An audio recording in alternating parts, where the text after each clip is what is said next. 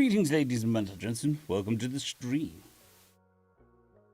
On this Tuesday. It is a Tuesday. Hope everyone is having a fantastic day, or as fantastic. Somebody likes you enough, Captain, to try subbing again. Ooh, a resub. Thank you very much, Postmatic. At least they allowed you to resub.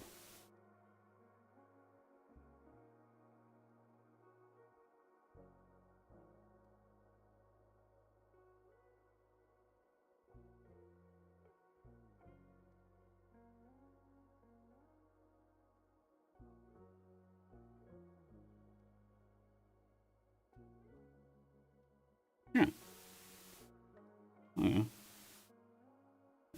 YouTube's chat system seems to be down.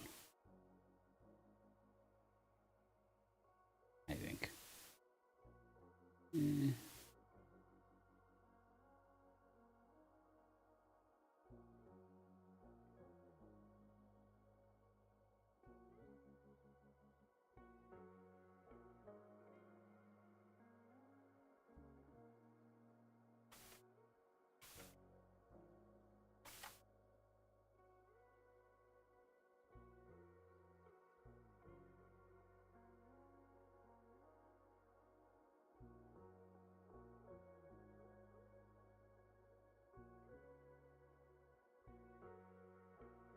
That sucks. Alright. YouTube is broken. Or at least the chat is. I can't even access it as a creator. Not that they really differentiate between user and creator.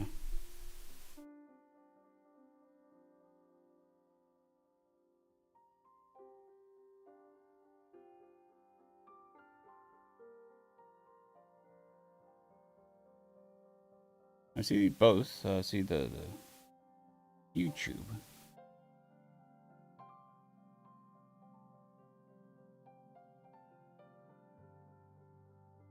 Good morning, Shadow. Hope you're doing well.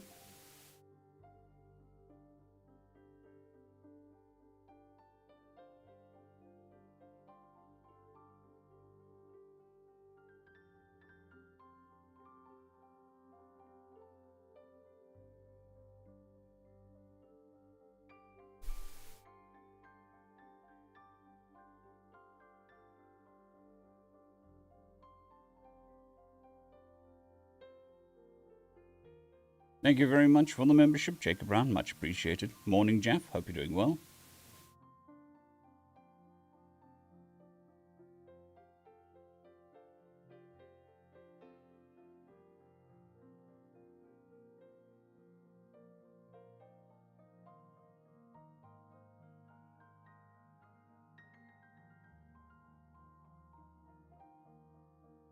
Yeah.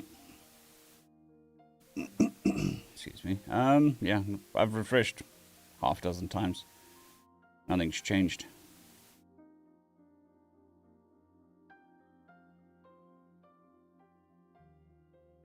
But I think it's the browser, because the OBS is picking up the YouTube chat. Good morning, Anthony. Hope you're doing well.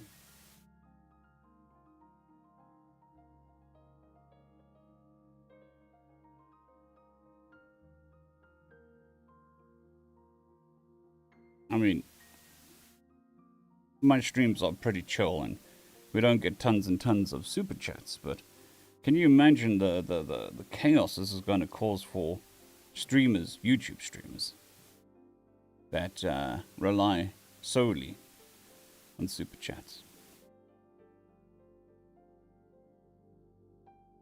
Well, the OBS connects to the Restream API, so it's not going through a browser per se. So that's why it's able to generate it. It's not in a browser, it's in a specific type of window in OBS.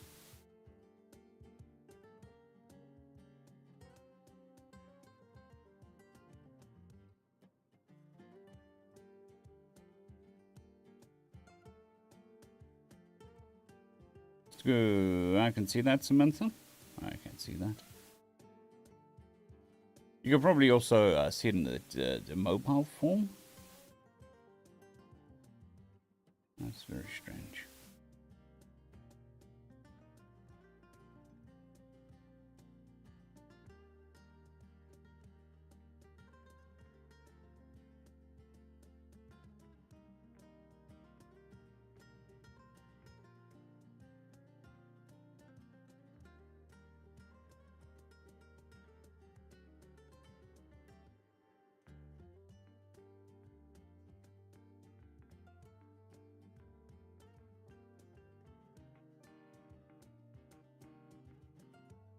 Problem is, Chrome is the browser that I've got all my YouTube stuff linked in. Can't really just move to a new browser. Because I'm kind of paranoid. I have 3 browsers for different things.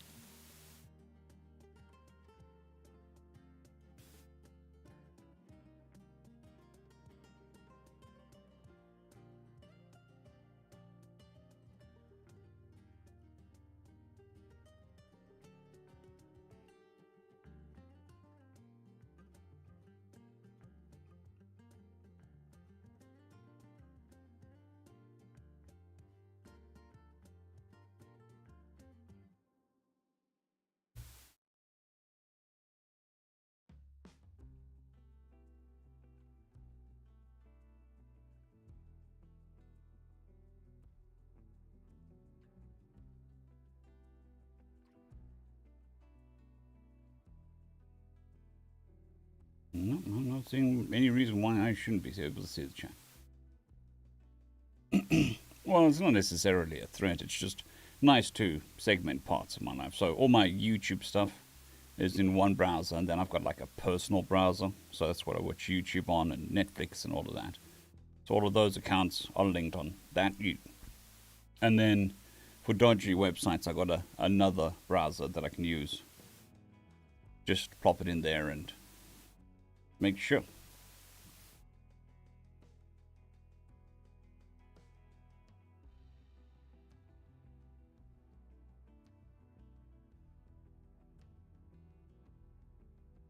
So I use, what's it, Opera, Chrome, and Brave.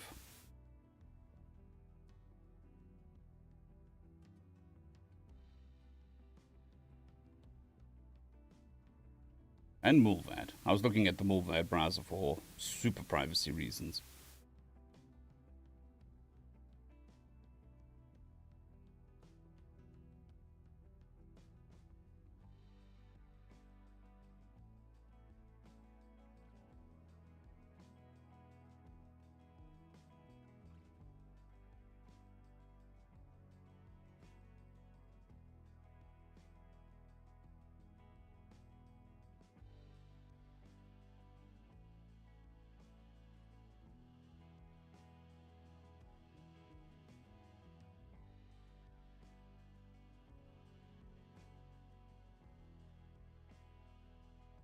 Fair enough, Shadow. Fair enough.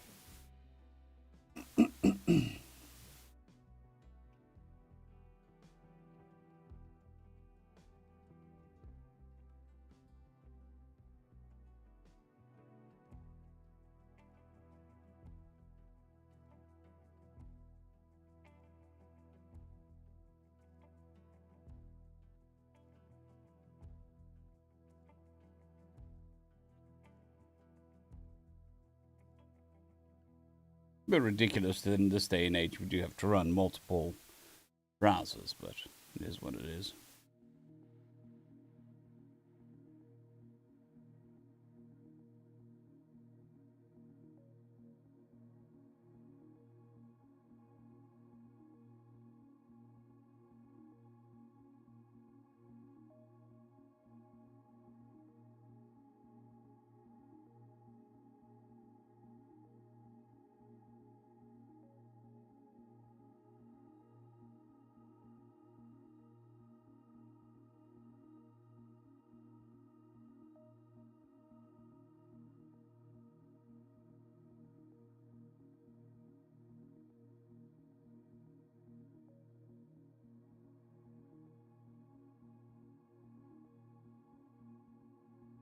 Okay.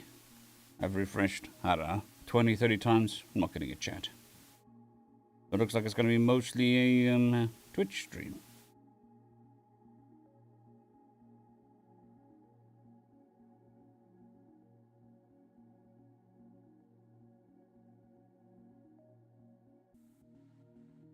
Fair enough. I use Twitter because, or X. It's one of the only ways to get a hold of YouTube. If you have a problem with your channel, it's actually better, or you're more likely to get help if you annoy them on Twitter than you are if you annoy them on their own platform.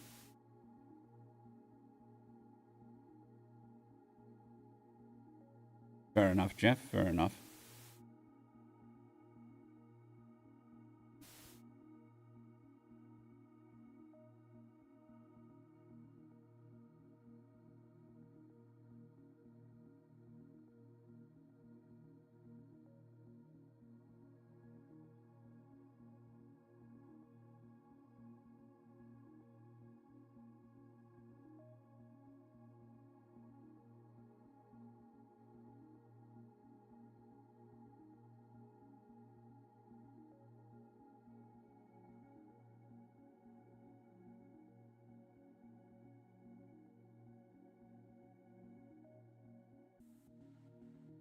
Dog making grunting noises while it sleeps.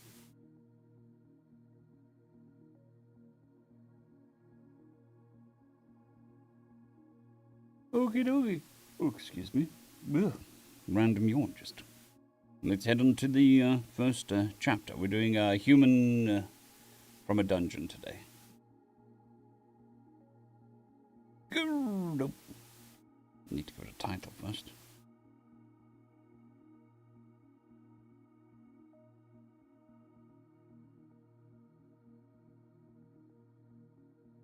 Greetings, ladies and gents, and welcome to this latest narration of the web series The Human from a Dungeon.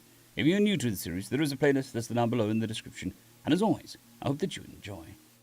Chapter 41, Nick Smith, Adventurer Level 7, Human American. My knee throbbed in pain while Regent Oakmore spoke to the High Dragon in a language that I couldn't understand. Oddly, though, every once in a while I would hear something that I understood. It didn't take long.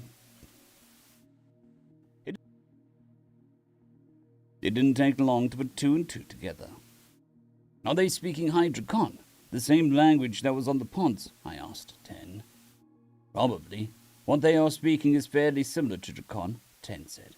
The translation program is even triggering on some of the words, as you've likely noticed. It would seem that they got... It would seem they share root words. Can you translate it? No, not yet. I've already been trying to extrapolate a translation, though. We'll see how it goes. The Regent and the Dragon continued talking to each other.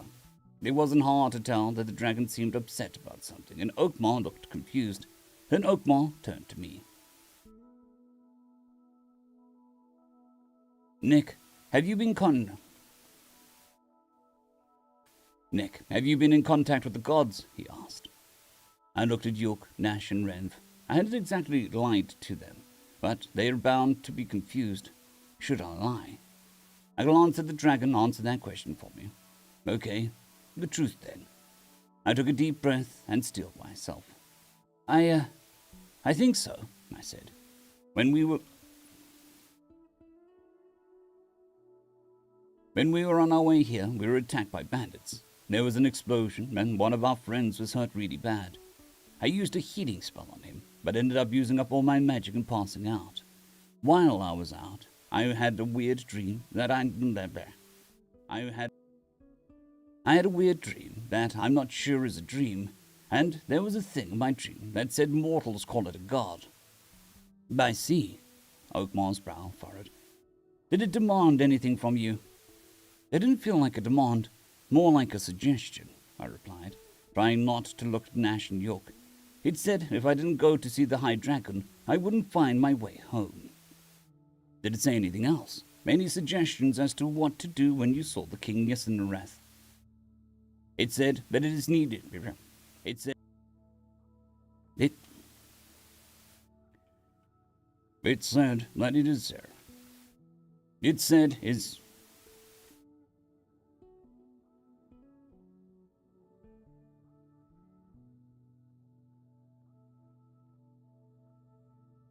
It said that I needed to see the King Yssenrith, because some stupid mer were about to do some stupid things which would prevent me from going home, and that my path would be clear after seeing him. I answered, "Oh, it's also said that other gods are watching me because I'm amusing."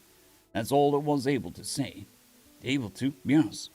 It was under the pact and had bright red chains all over it. Understood. Oakmar turned back to the dragon for a moment, then turned back to me. Wait. What was the other choice, besides seeing King Yssenrath? Shit. Well... Understood. Then turned back to me. What was the other choice, besides seeing King Yssenrath? Shit. Well, it said that Yook would want to see some scholars that he knows to get the world's... Well, it said that Yook would want to see... Well, it said that Yook would want to see some scholars that he knows to get the words translated. But the translation wouldn't guide us anywhere. He told me that he would decline an invitation to see the High Dragon, and that I would need to make sure that he didn't decline that invitation. Oh, Yook whispered. Oakmar nodded and turned back to the dragon. The two began to speak once more, and after a few moments the ember-eyed eyes of the High Dragon took on a slightly pink tinge. Good morning, Kate. Hope you're doing well. Of the High Dragon. The two began to speak once more. Oakmar nodded and turned back to the dragon. The two began to speak once more, and after a few moments the ember-eyed eyes of the High Dragon took on a slightly pink tint, and he began to look at me. He felt like he could see everything about me, and I got the distinct impression that I couldn't hide anything from him. It was an uncomfortable feeling, like something walking into a bar.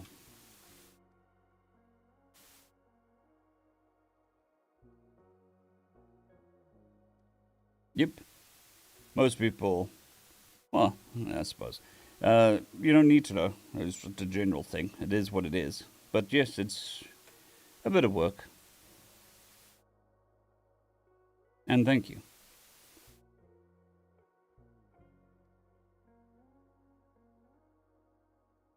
Yeah, well, the original narrators of HFY are all human.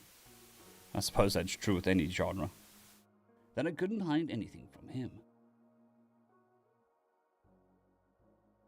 It was an uncomfortable feeling, like someone walking into the bathroom with you and not leaving. The two continued to talk, when suddenly Oakmar prostrated. He gave his speech, and Yssenrith growled at him. After a quick back and forth, Oakmar raised his head. The king said something angrily, and Oakmar stood. He began gesturing dramatically, which was a confusing turn of events. Done, Tent said. Applying translation patch. Simply exceptional.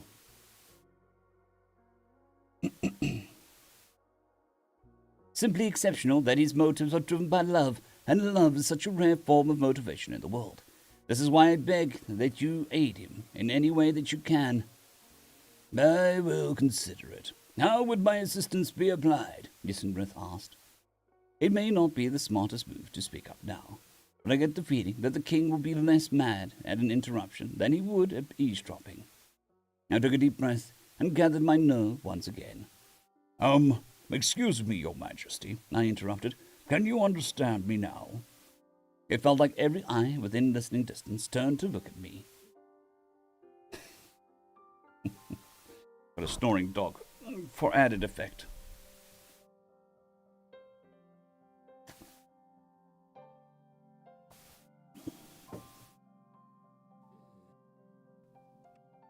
Greetings, lady. Nope. Greetings. Turned to look at me.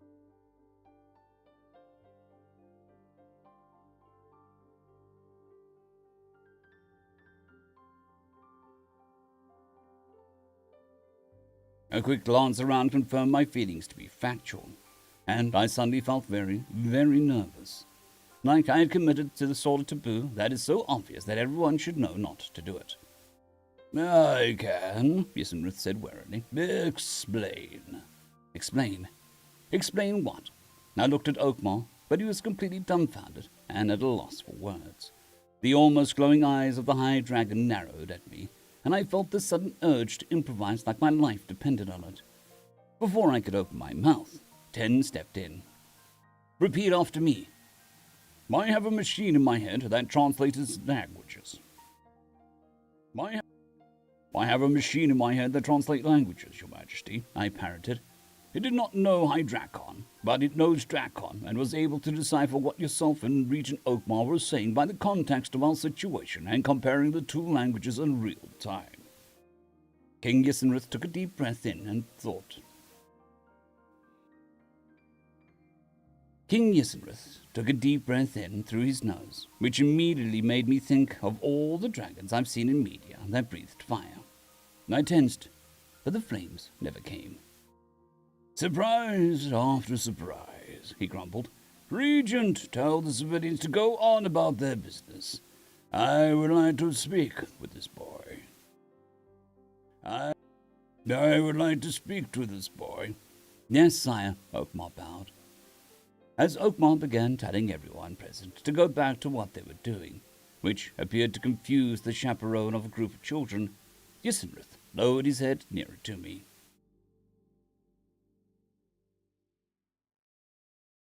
That would definitely make life easier, Kate.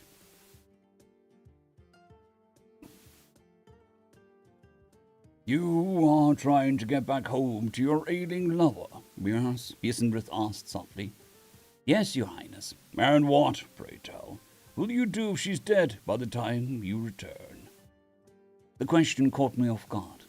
It had been nagging at me somewhere in the back of my mind, but I had consciously avoided actually thinking about it, as if thinking about it would somehow turn it into a reality. Being directly confronted with the truth of the possibility like this made me realize that I've been acting childish, pretending that it can't happen simply because I don't want it to happen. I would grieve, Your Majesty, I answered, unable to meet his eyes. As one should, Yisenrith said, his head returning to where it had been. It would be wrong of me to prevent. It would be wrong of me to prevent the reunification of lovers, and it would be outright malicious of me to prevent one from mourning. I will aid you, boy. Thank you, sire. There is still the matter of how. I do not have the ability to transport you to your world, nor am I aware of any means to do so.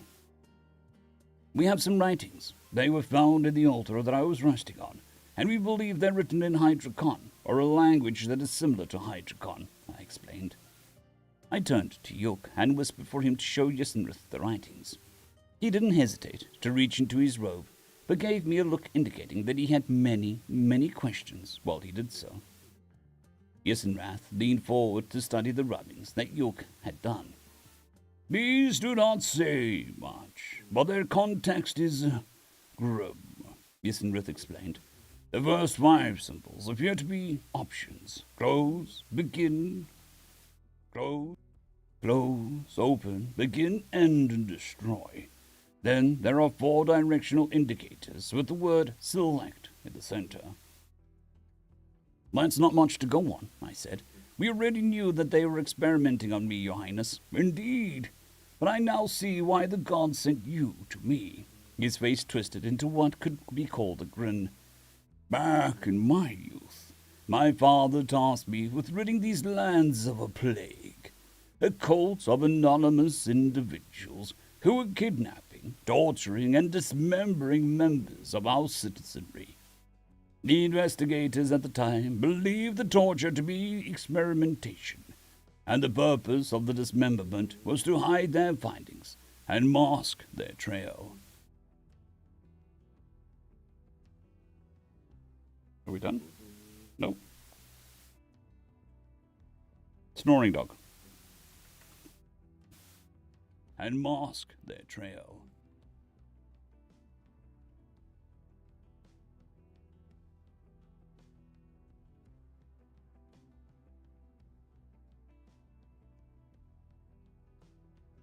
The last time I saw the final symbol on this paper, it was emblazoned upon their robes. My heart skipped a beat. Is this it? Who were they?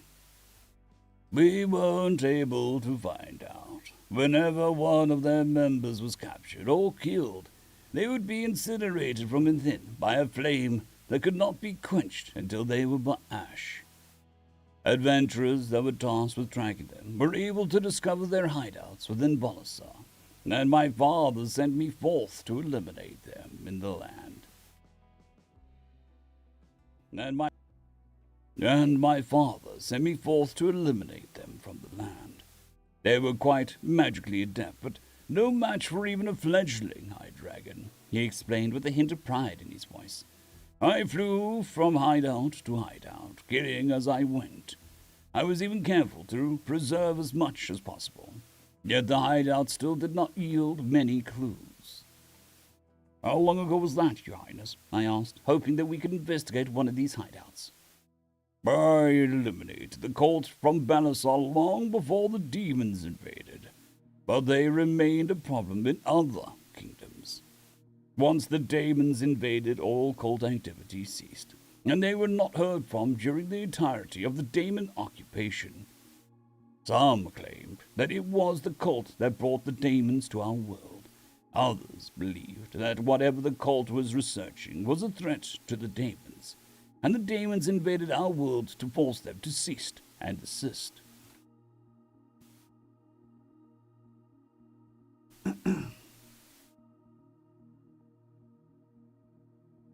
I paused for a moment to digest this information.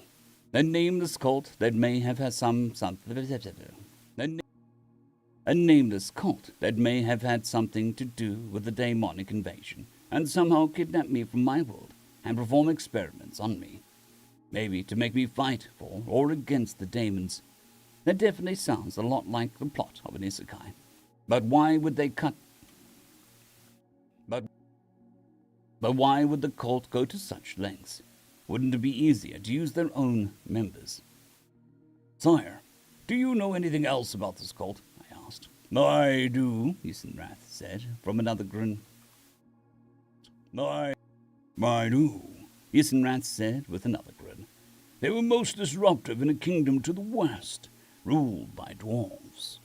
At the time, I believe that this was because their leadership had taken refuge there. But my father wisely forbade me from interfering in the affairs of other kingdoms. I made certain that no trace of the cult remained in Bolasar, but it is likely that the other kingdoms were less thorough.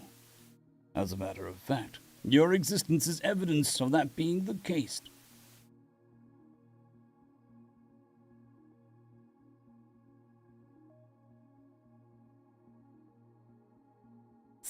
Yux whispered. What's going on? I gave Yuk a brief explanation as I thought about what Isenrath had told me. The mighty high dragon wasn't going to be able to get me home directly, but he had at least pointed me in a direction, west to the Dwarven Kingdom. A small blossom of hope grew within me. The Dwarven Kingdom has to have something. Why else would the creepy god thing have sent me to the dragon? The Dwarven Kingdom...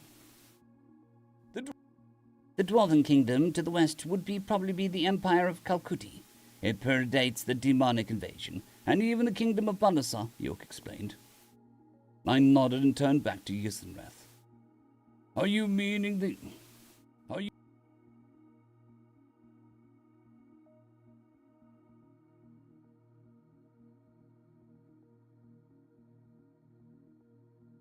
Are you meaning the Empire of Kalkuti, Your Highness?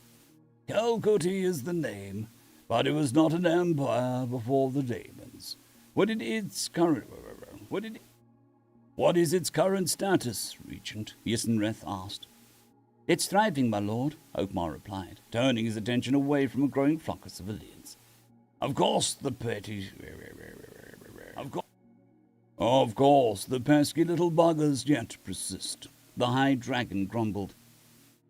And, we've, and we have a contractual alliance with them, Your Highness. Yusinrith's face contorted in disgust, and Regent Oakmore tried to hide a smile. I guess the High Dracon. Nah. I guess the High Dragon isn't a fan of dwarves. I glanced at Renth, glad that he couldn't understand the conversation. I was met with a look of concern and confusion. Allied with them, Yusinrath nearly spat. What a foolish regent we have. Tell me, Oakmar, what fancy baubles and little luxuries did the dwarven royal family provide? Did the dwarf...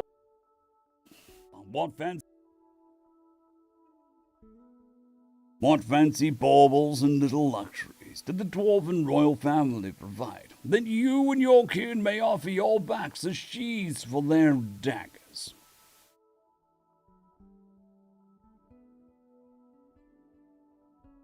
The dwarven royal line died out, sire.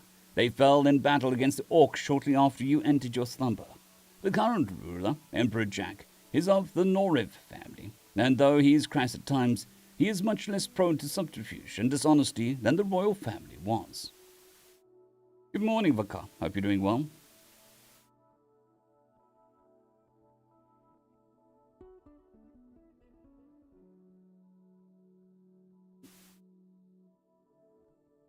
Yusinrith frowned, but I looked at Oakmar in a new light. I thought he was a whimsical and reluctant regent, but he had done his homework. He seemed to know the High Dragon's blind spots and exactly how to compensate for them. Fine, Yusinrith sighed. I give the Alliance my blessing, then. Returning to the original matter, Nick, you will need to seek more information on this cult in Calcutti. And I hope that you are more successful in your investigation than others were in the past. I grow weary, and as such will return to my slumber. If I may, Your Highness, Oakmar interjected, we have had quite a long time. We have had quite a long while to come up with a potential solution for the daemon within you. Oh, Yusinrath asked, wearily eyeing Oakmar.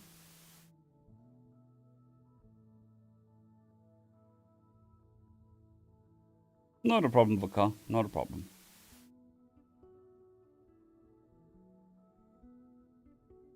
If we were to encase the remains in concrete, it would prevent the daemon from moving. Then we could load the resulting concrete block aboard a ship. The ship would sail out into the ocean as far as it can, and the crew will dump the block into the water. The block will sink, and the pressure from the water will make it much more difficult for the daemon to escape his new prison.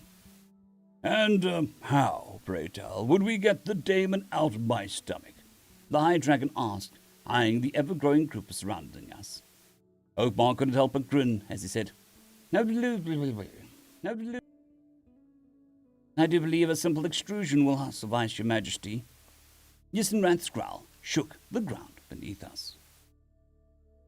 End of chapter.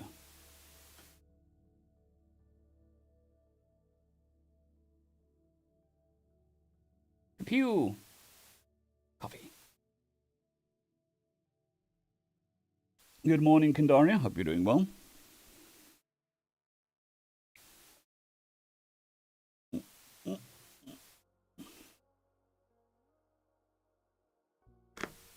you go. You put your head there.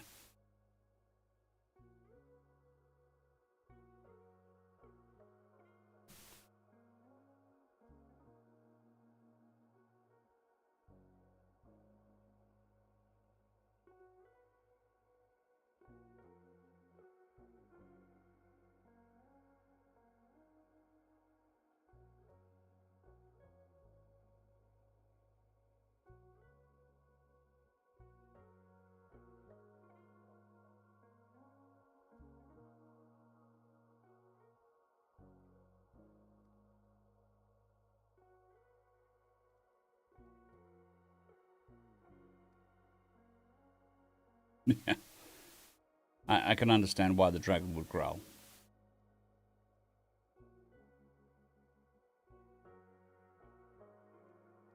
I would too.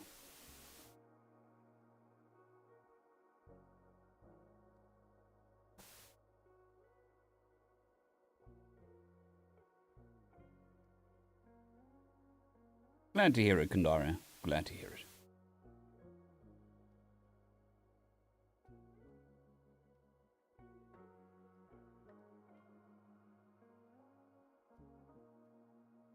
it. Yes. Well, I try. As long as you try. I have many people offering to teach me many languages.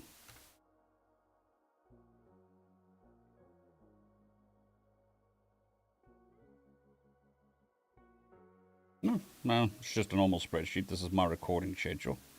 Each one of these blocks is a video between the two channels. So this is series number 1, series number 2, so morning series, evening series, which currently is accidentally adopted, and the human, and then next week it's nature, predators, and the human. Then we got word count and an estimated time to narrate. This is the ReTFOS series by Bob on the main channel. This is ReTFOS, the one-shots. And then this is just new content. New one-shots.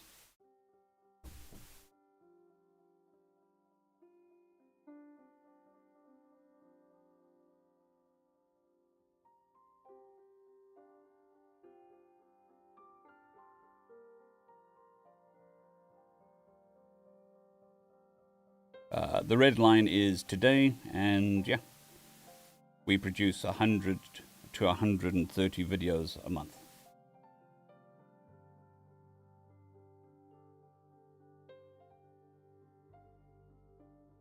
When you're producing that many videos, you need some form of organization.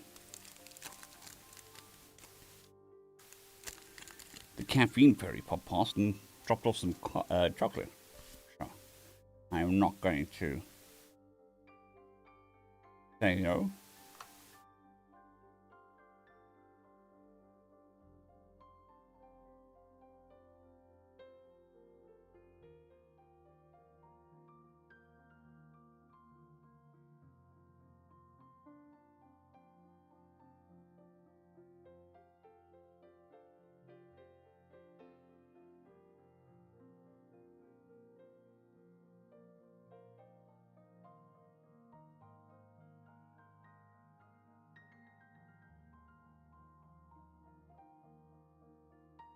So yeah, I mean, I've got to work within a word budget, basically, as well.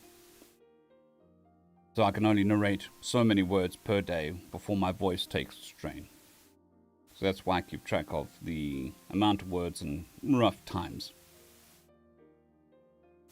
The time thing is more for the one-shots, so I can decide whether I want a single story TFOS or a double story TFOS.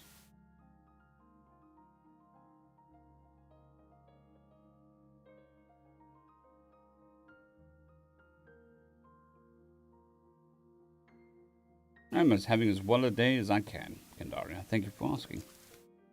Better now that I have Kit Kat.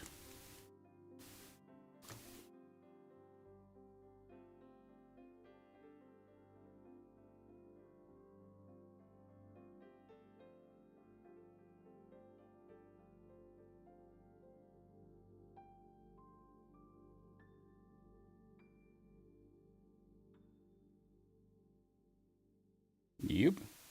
Unfortunately, that is the amount of videos I need to do to, keep up. Oh yeah, boomer juice.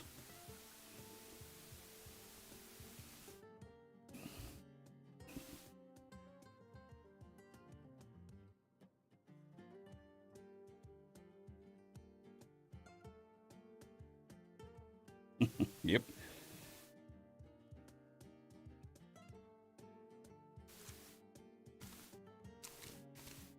The dog is very interested in my Kit Kat.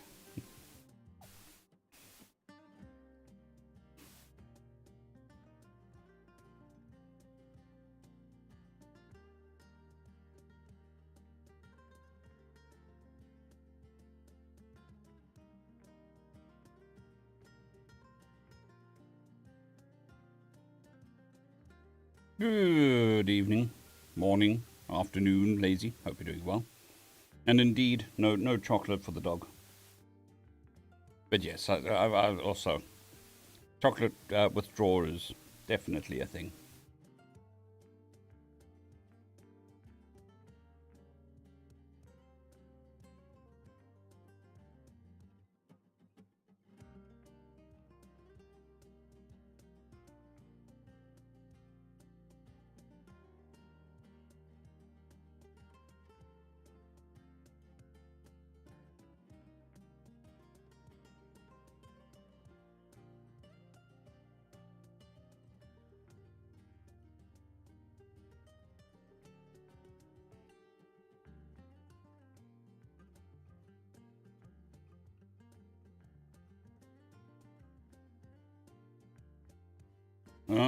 I knew about the grapes thing.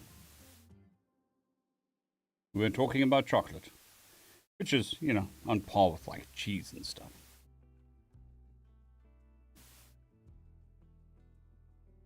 Nice. Sounds very, very nice.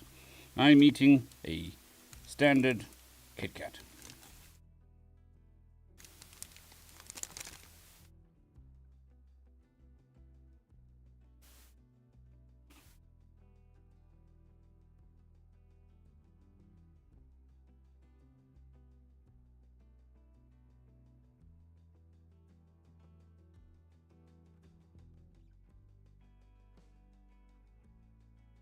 Indeed, post-medic, indeed.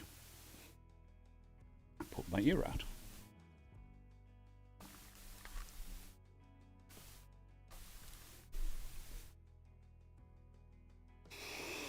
All right. On to the next one. Palate cleanser first.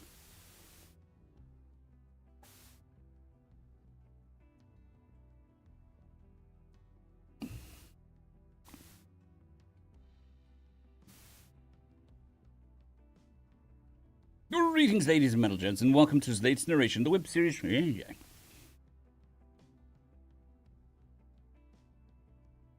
Oh, dog, you can't put your head on my mouse.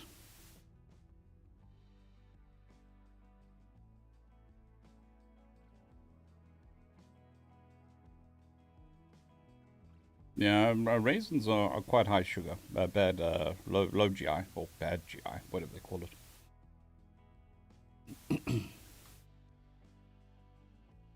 Greetings, ladies and metal gents, and welcome to this latest narration, the web series, The Human from a Dungeon. If you're new to the series, there is a playlist listed down below in the description, and as always, I hope that you enjoy.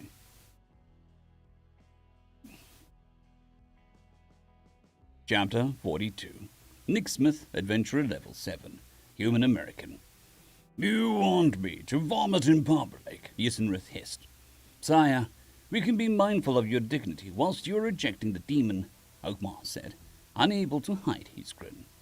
We can set up curtains to mask what is being done. We can set up curtains to mask what is being done. Everyone will still know that it happened. At least it isn't on the other end, Your Majesty. At least it's not on the other end, Your Majesty, I added, trying to be helpful. The High Dragon's furious eyes focused on me, and I felt my...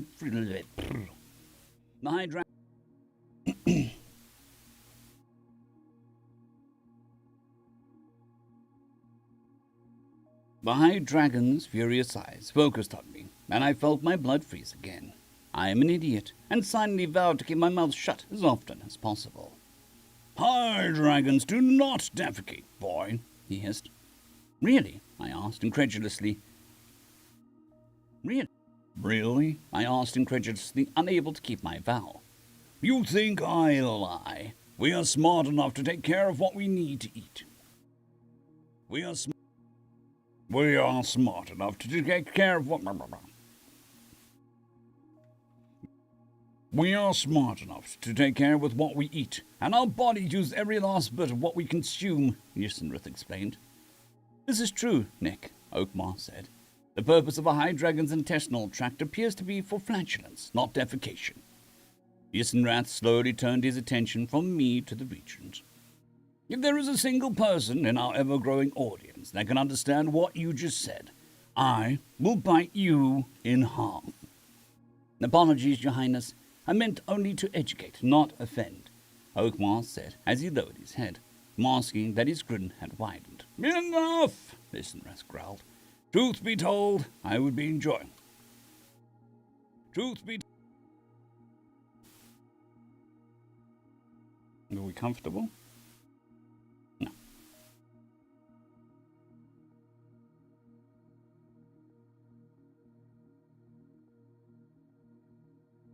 Truth be told, I would enjoy being free of this burden. I'll make the arrangements, Your Majesty. Oakmore bowed deeply, then began explaining the plan to some of the gathered people. As he began to walk away, Yuk scooched over to me and gave me a nudge. Nick, he said, could you ask the king if he would mind answering some questions? What? I asked, thinking I may have hallucinated. Thinking I may have hallucinated what I just heard. I want to ask the king some questions. This is an amazingly rare opportunity, he explained, not only to interview a high dragon, but to interview one with a first-hand account of the Cataclysm Wars.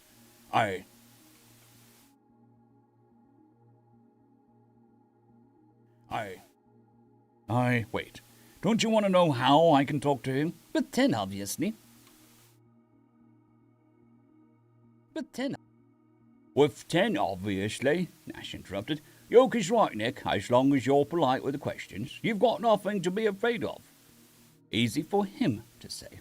Yisenrith was watching Oakmar, impatiently tapping one of his claws on the ground. The claw in question is easily as big as I am, and I could feel the ground shake slightly with each tap. I had also noticed that when I...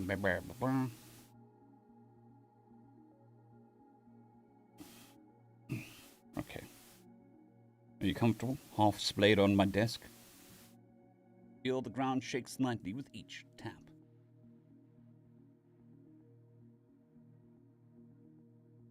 I had also noticed that when he had grinned earlier, his teeth were the size of my head. There was absolutely no doubt in my mind that the High Dragon could erase everyone present if he so wished. Please, Nick. Yash. Please. Please, Nick, York pouted. It was a ridiculous sight, and immediately pulled me out of the anxiety spiral I had been swirling down. He pushed his lower lip forward, and it caught on his teeth. The lip looked...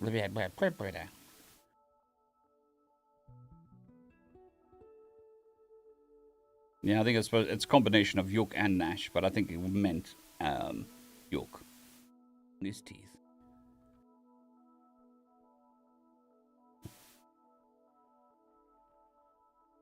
The lip looked like...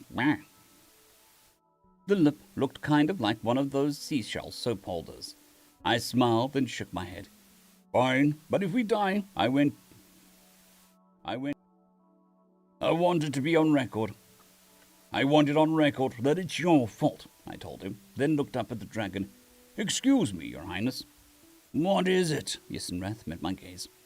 Would you mind if we asked you some questions? This Orc Yuk would like to know more about the Cataclysm Wars. The dragon's brow furrowed. Then he sighed through his nose. So be it. Ask your questions. He said yes, I told Yuk. Excellent. Ask him what started the war and if he knows how the daemons entered our world. I nodded and repeated the question to Yisenrith, settling into a role of interpreter. The demonic invasion was the cause of the war, Yisenrith chuckled, though many nations were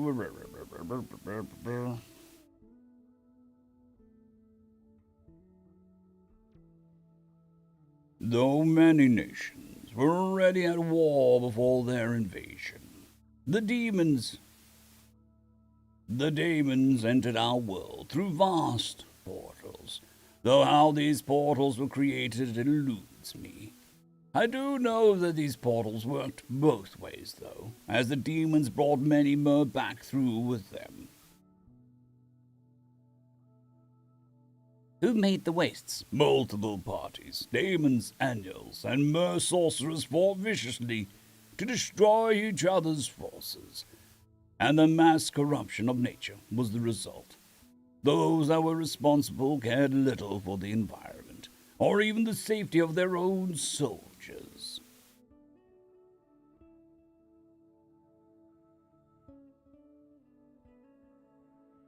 I do have a cat, but it's not a lap cat. It's also nowhere near me, sleeping in the background.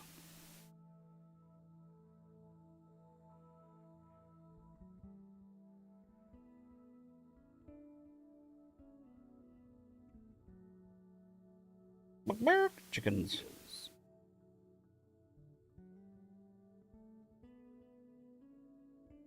Road soldiers.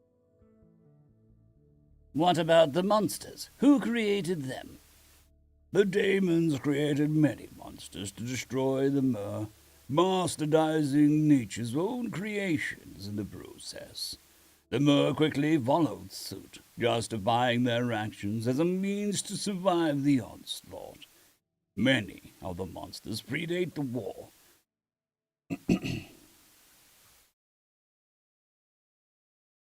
Many of the monsters predate the war, though, and nobody knew where they originate. Why did the daemons invade? They did not stop to explain themselves, Yssenrith chuckled. If a scholar of this age does not know their reasons, then they must truly be lost to time. What about the daemon in your belly? What about the daemon in your belly? I asked before I told you what the king had said. Wouldn't he know? He is little more than bone. His mind was destroyed by the acids within me long ago. Yssenrith shook his head. He wouldn't even know his own name by now. I informed York of the king's response of both of our questions. He nodded and continued his questions. How long have you ruled over Balasar? Yssenrith paused. One moment. The king hissed unintelligibly as his eyes flashed blue for an instant. Whatever just happened caused his brows to rise and his slight smile to fade. By Bogglerath, it has been 18,782 years. Doesn't feel nearly that long.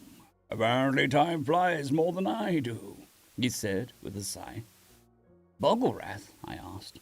The first High Dragon. She was given intelligence as a reward for defeating a god in combat, and became the mother of all High Dragons.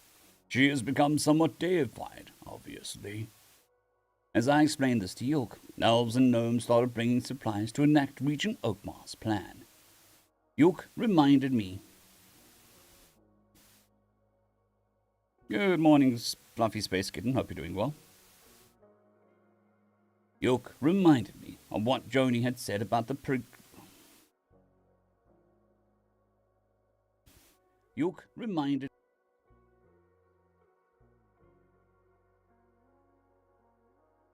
Prignira. York reminded me of what Joni had said about the Prignira account of the Cataclysm Walls and asked me to verify it with the King Yssenrath. I am unfamiliar with the Prignira, but there was an underground dwarven kingdom named Masuria on the southern continent. The events themselves are accurate, though I know not of any demonic conspiracies prior to the war. Perhaps they are referring to the actions of the cult, or it could be a convenient cover-up for some of the abysmal actions committed by the various royal families of the time. What kind of actions? Before the demons invaded, the lands were at war. Balasar was one of the only nations that managed to stay out of it. But my father was wise and had spies in various nations that may have tried something. We received word of terrible state-sanctioned experiments, all in the name of one-upping their neighbors on the field of battle. This is one of their main reasons that we watched. This is one of the main reasons we reacted to the cult in the way that we did, and why we didn't chase them over our borders. We suspected that they may have had royal backing, and crossing over our borders may have dragged us into wars that we wanted no part of. York appeared deep in thought, as I explained what the High Dragon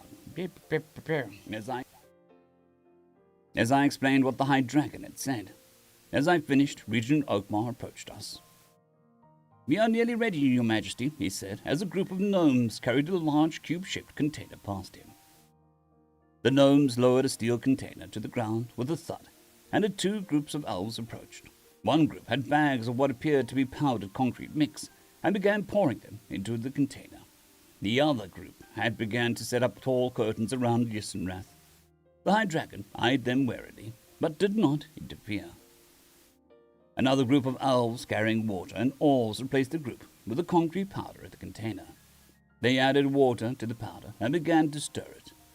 We watched as the groups took turns at the container, adding more powder and water until it was nearly filled.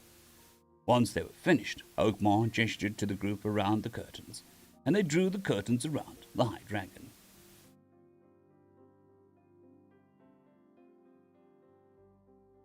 Your Majesty, please do not regurgitate directly into the box. Your, for lack of a better phrase, stomach juices will likely be detrimental to the concrete. Your lack for directly into the box. Your, for lack of a better phrase, stomach juices will likely be detrimental to the concrete, Oakmar explained. Regurgitate, what a disgusting word, Yisenrath hissed. Fine. He lowered his head.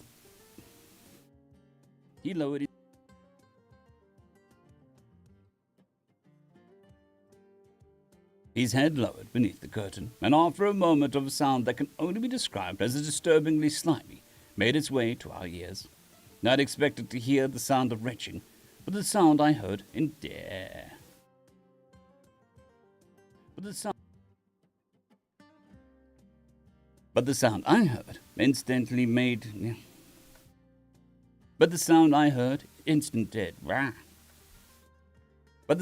heard instead nearly made me gag, like forcing a bowling ball covered in not quite done jelly through a hose or something.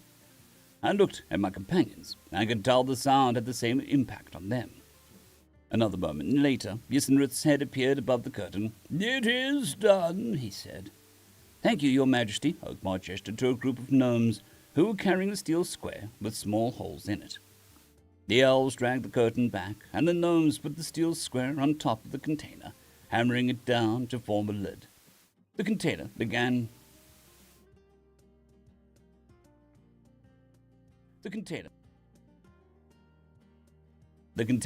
to make sloshing sounds, and some concrete splashed out of the holes in the top. Oh, already, Oakmar said, sounding flabbergasted. Cue the concrete, quickly. More elves walked up to the container and began casting various spells. The sloshing ceased with a stark crack, and the elves nodded to Oakmar. One of the gnomes walked up, shaking his head. I think he might have moved around and weakened the concrete, sir, the gnome reported. The crack wasn't a good sound. That's all right. We'll just leave the cube in the container. The regent rubbed his chin. Maybe we will have the smith weld some bars on it just to be sure. Yes, your Lord Regent, the gnome said, looking at King Yisenrath. Gonna take some getting used to. Not at all, Gurmo. Ooh, excuse me. Not at all. Not at all, my good Mer, Oakmar said with a grin. Take the container to Horvav's, or Horav's. Take the container to Horav's smithy. He's got plenty of steel scrap to use as bracing. Take the container to Horav's smithy. He's got plenty of steel to use as bracing. Take the container to Horav's smithy. He's got plenty of steel scrap to use as bracing. Let him know that we want the cube to never open again. The gnome nodded and started giving orders to his crew. They, along with some help from the elves, managed to get the steel cube into a cart and started transporting it away. Oakmar watched them for a moment, and then turned back to the High Dragon. Your Highness, he vowed, this is the perfect occasion for a feast. Will you permit us to celebrate your return to the throne? Certainly, Yisenrath said. However, I require some calisthenics. However, I require some calisthenics. It has been far too long since I have stretched my wings. Feel free to celebrate without me. I will rejoin you soon. The High Dragon stood, causing several shocked gasps in the surrounding crowd. I thought he was huge while he was laying down, but his true height was mind-boggling. He stretched his neck and limbs, and his bones cracked like trees in a storm. Finally, he spread his mighty wings. The white skin on his wings featured blue veins that seemed to form a sort of symbol. Before I could get a good look at it, though, the wings flapped and sent a gust of air at us that nearly sent me sprawling. I managed to see a gnome fly back a foot or two, and when I returned back to the High Dragon, he was gone.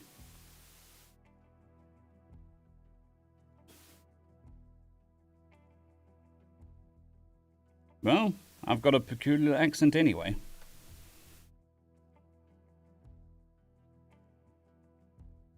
I'm not doing it with a shitty microphone, so my accent's coming through a lot more. He was gone.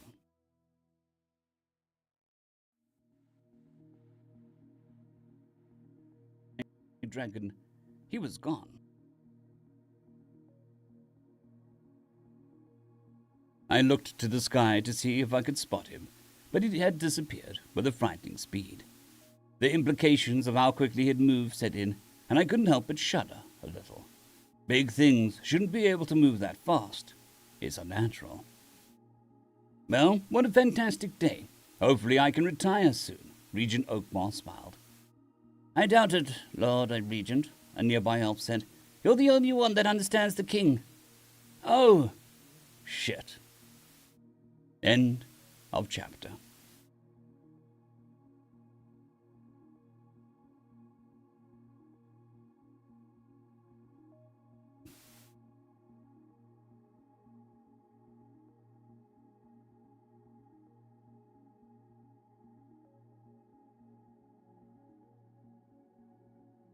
Puma juice.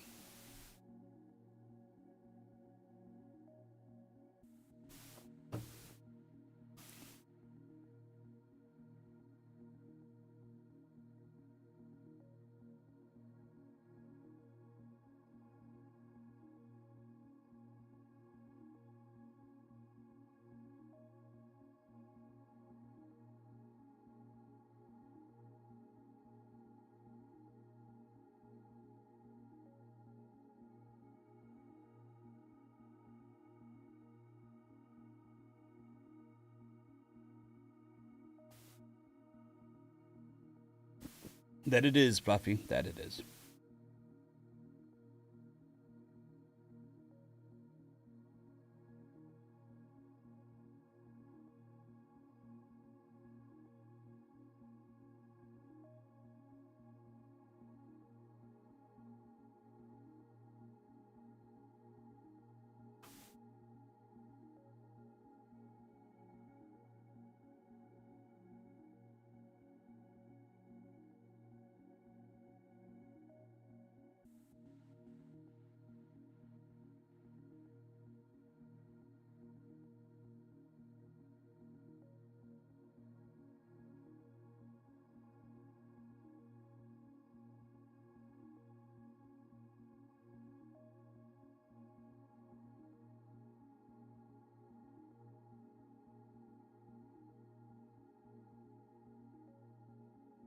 Greetings, ladies and gentlemen, welcome to the latest narration of the web series The Human from a Dungeon.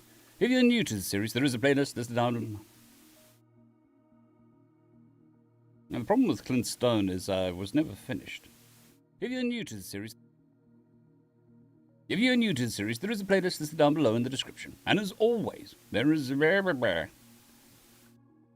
you're new to the series, there is a playlist listed down below in the description. And as always, I hope that you enjoy.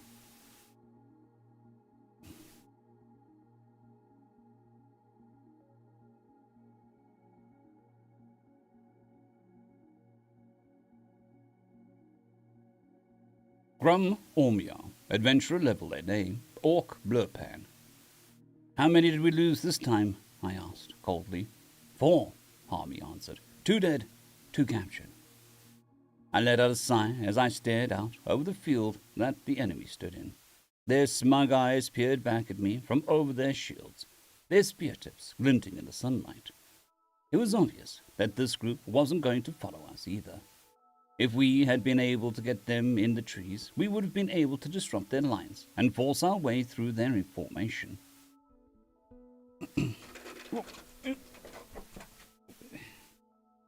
The dog is away. Just give me a second, just going to let it out.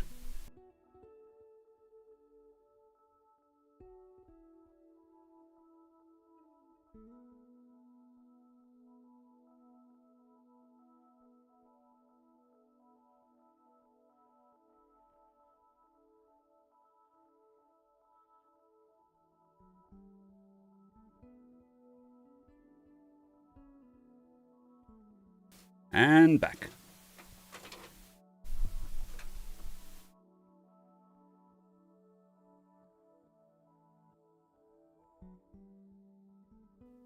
Grum, or if we had been able to get them in the trees, we would have been able to disrupt their lines and force our way through their formation. Whoever is leading them must have figured out our intentions, though. Did they lose any this time? I asked. Yeah, he replied tersely. Got a couple of lucky blows in. Managed to kill 2 of the bastards. Army crossed his arms and spat on the ground. He's much less pleased with our... He's much less pleased with our situation than I am. Despite growing up together and being close to friends, Harmy and I are polar opposites. I am an artist. He is a warrior. I write poetry, tenderly carve statues, and try desperately to capture the beauty that I see in the world with paint. He likes to hit people with great amounts of force. If it weren't for the sake of tradition, he would likely be leading this defensive campaign. It isn't as if I would mind. I'd much rather be at home sweating over a block of rock. Unfortunately, I am the son of a great chief, and with that comes duty and responsibility. Irksome, surely, but it is what it is. I don't suppose we've managed to track down any high-level mages? No. What about the archers? Didn't have many arrows, Hermie interrupted. Army, not Hermie. What about... Not a problem, Lazy, not a problem. I don't suppose... Sorry, didn't mean to bash the microphone. We've managed to track down any high-level mages? No. Archers... What about them? Archers didn't have many arrows, Harmy interrupted. They're out. Wretches are making more. Did we find stones? Yeah. Threw 'em. Hit shields, not skulls. Well, I shrugged. I'm out of ideas. Me too. Any weapons we could craft that would be capable of penetrating their defensive lines would either take too long to make or be too unwieldy. Blurpus only has one smith, who is also the Fletcher, and she's getting in on years. Who is also the Fletcher, and she's getting on in years. Internally, the darkest part of me screamed in frustration at my inability to slaughter the enemy, cursing the vast open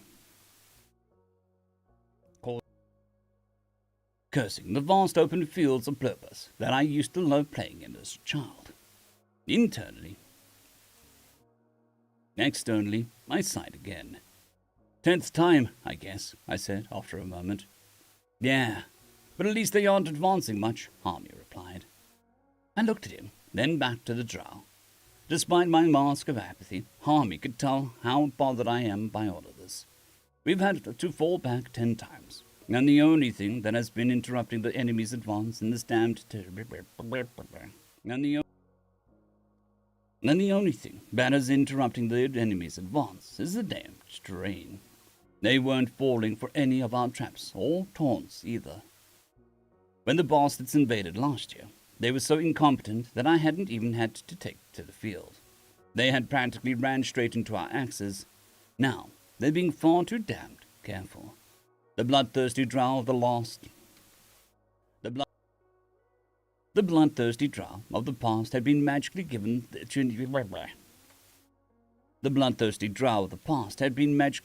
an even temper and wouldn't put a single toe out of line. Fine. There isn't much we can do here. I shook my head. Call for a familiar sound permeated the air. It was my father's horn, but I barely recognized the tone it gave. It was a tone that had never really applied to me or any group I had led before, and one that definitely shouldn't apply here. Had each trip to see Ulamark finally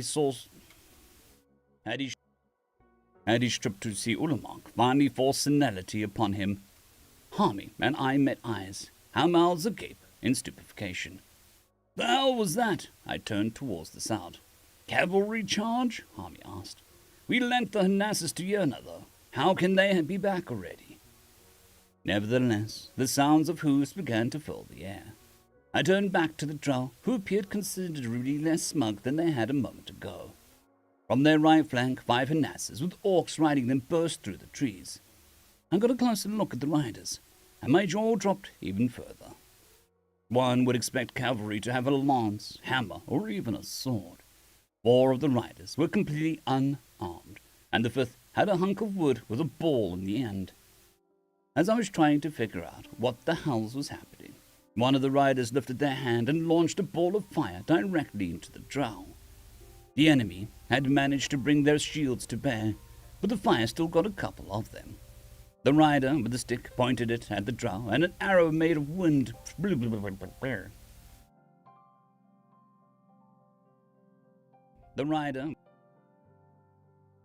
The rider with the stick pointed at it. The rider with the stick pointed it at the drow, and an arrow made of wind blew through their ranks. "Mages on Harnass back," I whispered. Instead of charging directly into the drow formation like traditional cavalry would, the riders began to circle them, launching spells rapidly.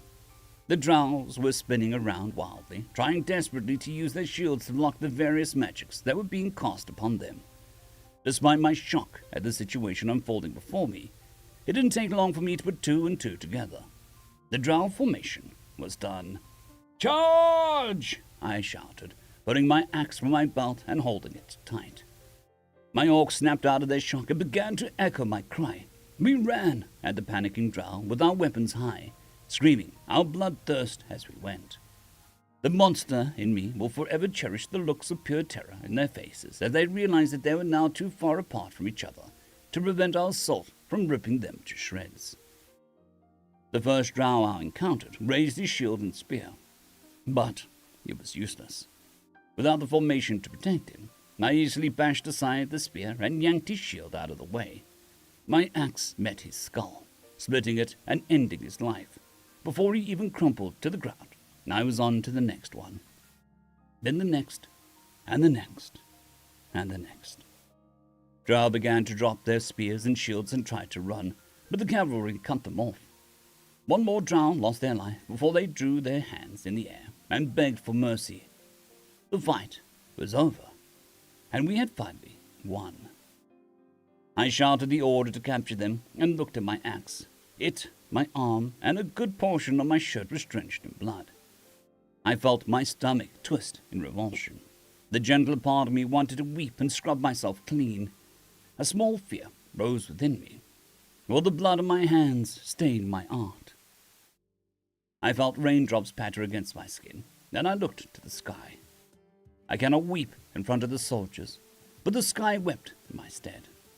A small, sad smile made its way onto my face at the realization, as the sky opened up, helping clean some of the blood off of me. I felt eyes settle on me. I glanced around at my orcs, and they were looking at me expectantly. "Oh, right. Victory!" I shouted, raising my axe to the mournful sky. They shouted and raised their axes as well, freeing me from their gaze. The soft thuds of Harnass hooves came from behind me, and I turned to see the great Chief Tormund, my father. His eyes met mine with a mixture of sadness and pride.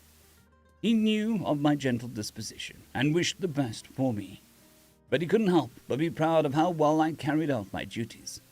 Or maybe I'm just imagining things. "Grum, my boy," he expressed and changed to a grin, "I brought a little help. Your talent for understatement greatly exceeds any of my own talents, father." I laughed, putting my hammer on. I laughed, putting on my mask. "A little help. You brought us victory. I can only take partial credit. My chief moved quickly to make this possible." He gestured to the mounted mages and laughed. "Clever bastard. Remind me never to pick a fight with Ullamark." "There are a great many reasons that we won't be doing that." I shook my head with a grin. Someone whistled, and I looked around and saw one of my orcs standing next to the freshly tied drow. He pointed at the prisoners and raised an eyebrow. "Search them for concealed weapons, and then take them to camp," I shouted. "If they try to resist or run, cut them down, and leave them where they lay."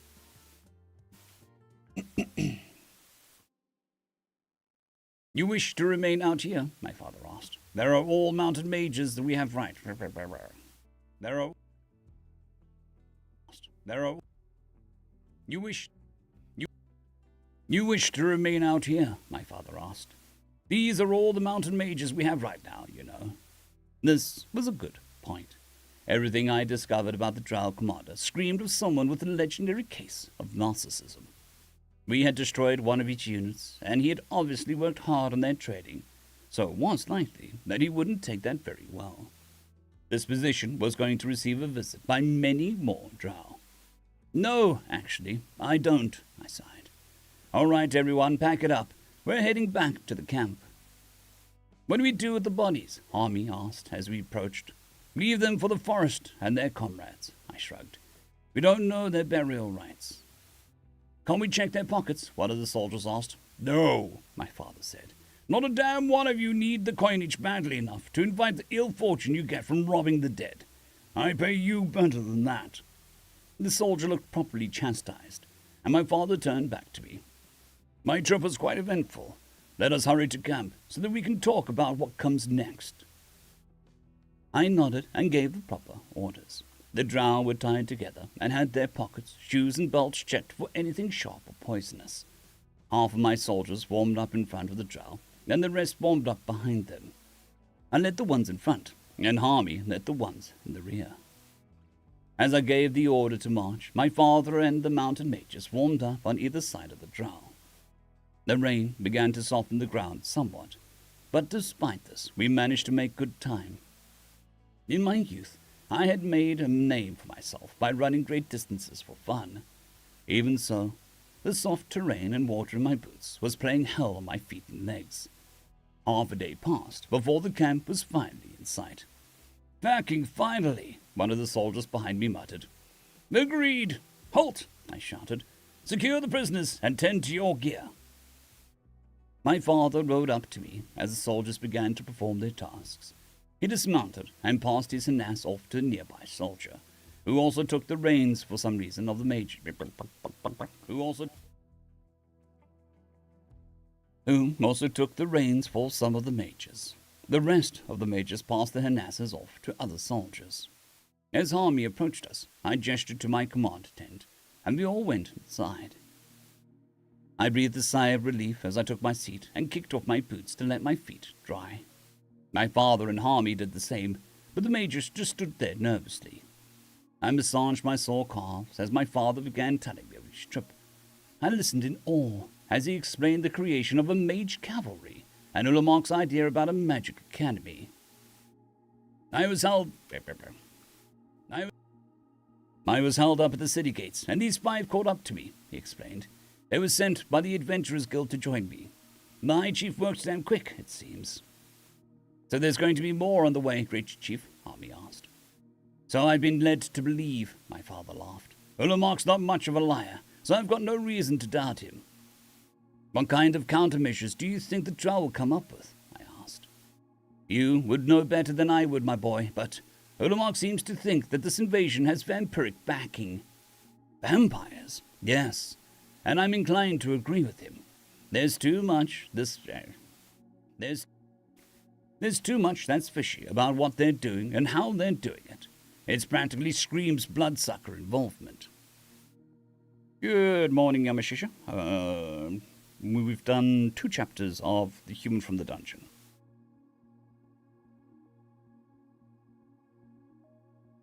I gave Harmy a doubtful look, and he shrugged in response. We don't like disagreeing with my father, but he's practically fanatical in his hatred of vampires. He has a borderline paranoid hatred of them, and it's likely that even if High Chief Ulamark completely misread the situation, my father would still firmly believe that vampires were involved simply because things haven't been going well for us. You don't believe me? My father crossed his arms sternly. Well, there's one way to find out for sure, I sighed as I pulled my still damp boots back on. I'll be back. I left my command tent and looked for the tent that the prisoners were being kept in. The rain was pouring heavier than it had been previously, and the ground had turned into an uncomfortable mud. To my horror, I found the prisoner shivering in the rain, tied to a stake in the ground. Thankfully, my soldiers weren't dumb enough to leave them unguarded. So I grabbed the nearest guard by the shoulder. "What is this?" I demanded. "The prisoners, sir," the soldier answered with an expression of bewilderment. "Why are they outdoors in this weather?" I think it's 'cause we don't have somewhere to put them, sir." "All that is securing them is a stake in the mud," I whispered. "Yeah, but we've got swords, sir." "Swords that would let them cut their bonds if they were to overpower you. Move them to the mess tent. Now!" "Yes, sir." The guard went to work explaining my orders to the other guards, and they began to move the prisoners out of the rain. As they started to march, I noticed that one of the drow had clothing that was of higher quality than the rest of them, and on that clothing was a small emblem on the breast. "Not that one," I said, pointing at the potential commander. "He's coming with me." The guards didn't argue, and after a bit of shuffling they managed to separate him from the rest of the drow. The prisoner looked concerned, but didn't protest as I grabbed his rope and dragged him back to the command tent. All eyes immediately turned to the drow as we entered the tent.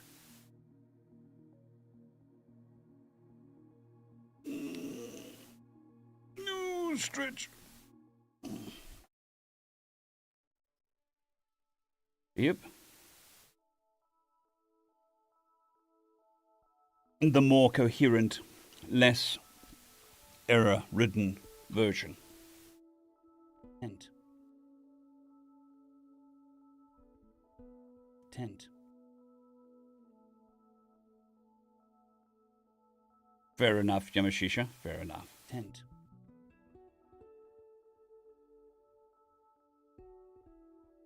"Oh, yeah, that'll do." My father nodded his approval. I tied the prisoner to an extra chair, gestured to Harmy, then took my seat and once again removed my boots. Harmy stood next to the bound drow and crossed his arms, prepared to loosen the drow's tongue a moment's notice. I let my feet dry as my father and Harmy began asking the prisoner some standard questions. Harmy's intimidation turned out to be unnecessary, as the drow was very forthcoming with his testimony. He confirmed his rank, told us the patrol route and orders, and even told us what he knew of the patrol routes and the rest of these and even he confirmed his. That's why I try to do a variety of stories, and I also try to stick with one sci-fi, one fantasy-ish story. As the drow was very.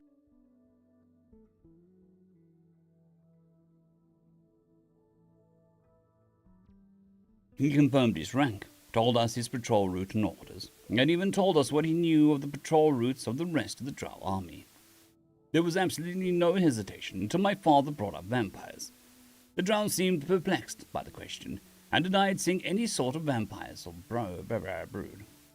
Denied seeing any sort of vampires or brood. The conversation didn't go much of anywhere until Harmy asked what had happened to the orcish prisoners. The drow explained that they were being used to make a storeroom, and when asked about their health, he admitted that he hadn't seen them since they were handed over. This raised red flags, and we asked many follow-up questions that didn't have concrete answers. Finally, the interrogation was over, and Harmy took the enemy commander back to the rest of the prisoners. "I don't get it," I said. "I thought vampires have free will. Why would they want to turn orcs into vamps when those orcs hate drow?"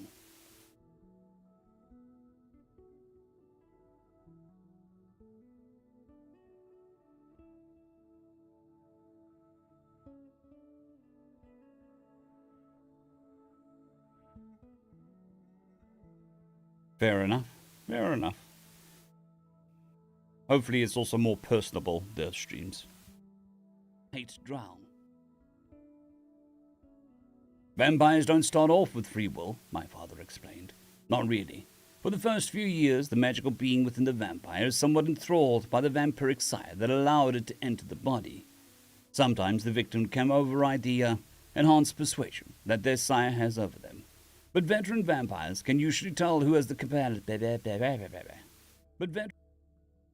But veteran vampires can usually tell who has this capability. At least that's how Yivas. At least At least that's how Yivas Tolroth explained it to me. My father very much enjoys name-dropping Arvias Tolroth every chance he gets. Tolroth was a vampire who hunted other vampires, and had been instrumental in the Drow Rebellion. As far as I can tell, he's the only vampire that my father didn't completely hate. Tolroth and my father had slain many vampire covens over the years, before Tolroth was killed by a dragon.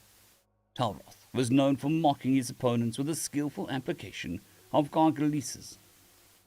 Gargaleses? Gargamel? Goggle these nuts.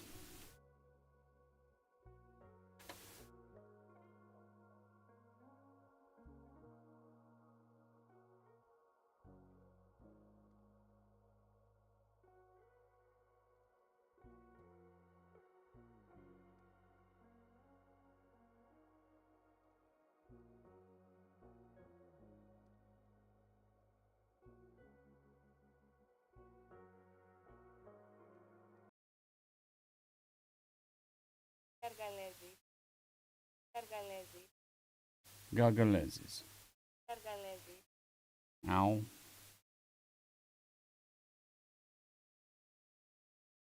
Gargaleses.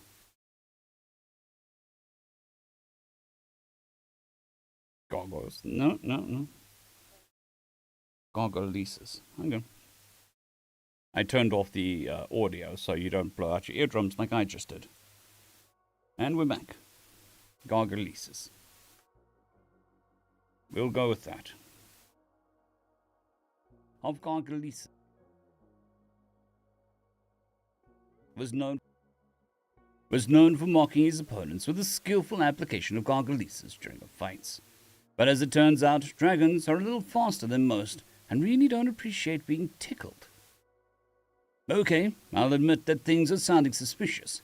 So you're thinking that the prisoners they've taken are being converted into vampires, I asked. Yes, he replied coldly. And if we don't do something to stop them, we're going to end up having to fight an army of orcish vampires. A deep frown settled over my face. Both orcs and vampires are known for being sturdy opponents. A combination of the two would definitely be hard to deal with. A suppressive feeling began to take hold in my chest. Why was it just then? Why is it that just when things start looking up, something terrible happens to be waiting around the corner? Why is it that just when things start to look up, something terrible happens to be waiting just around the corner? End of chapter.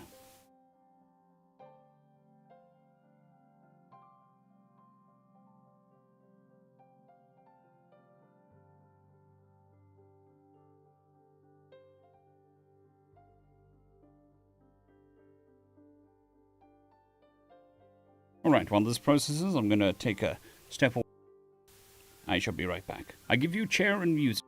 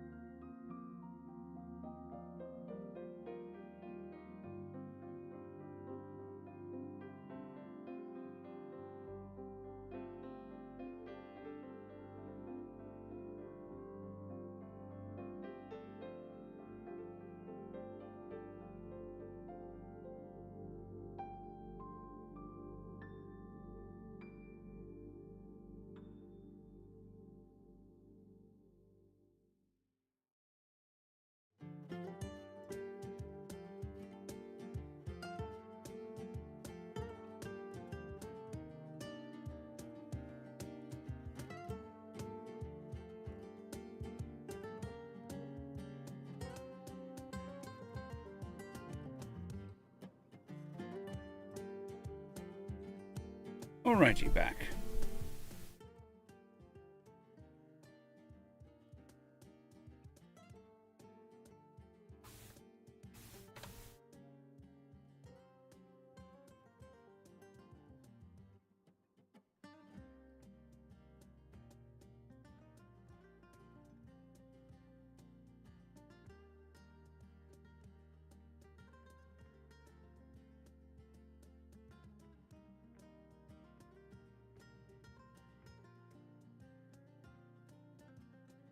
No.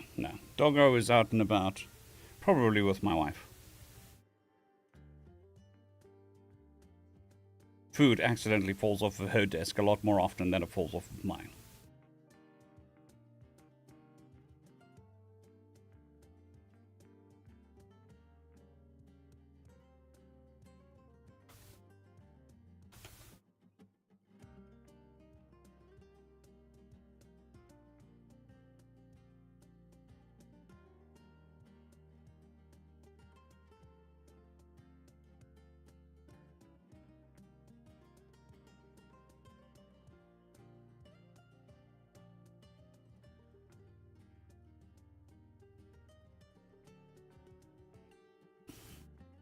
That is very true.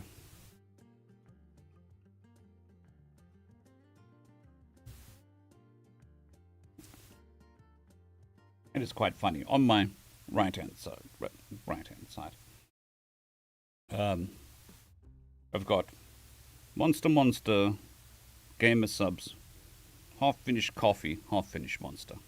I'm not an addict. Just saying. There's probably enough caffeine here to kill a small child.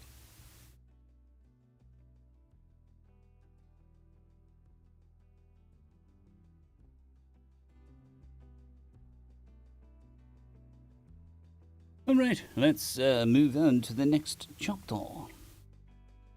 Dihydrogen monoxide. Caffeine flavored, and it looks like, well, not caffeine. Caffeine infused dihydrogen monoxide.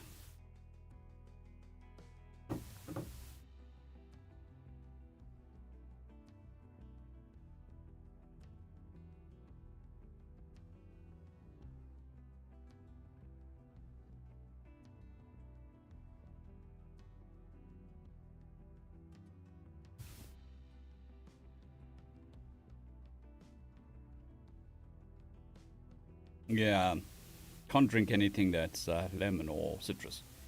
It sets my acid reflux off, even the flavorant.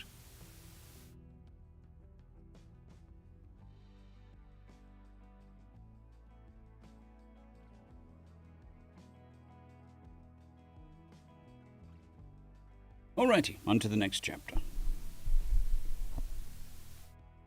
Greetings, ladies and gentlemen. Welcome to this latest narration, the web series The Human from. Greetings, ladies and gentlemen. Welcome to this latest narration, the web series The Human from a Dungeon. If you're new to the series, there is a playlist listed down below in the description. And as always, I hope that you enjoy. Chapter 44. Bjork, Alter, Adventurer Level 7, Orc, Nulevan.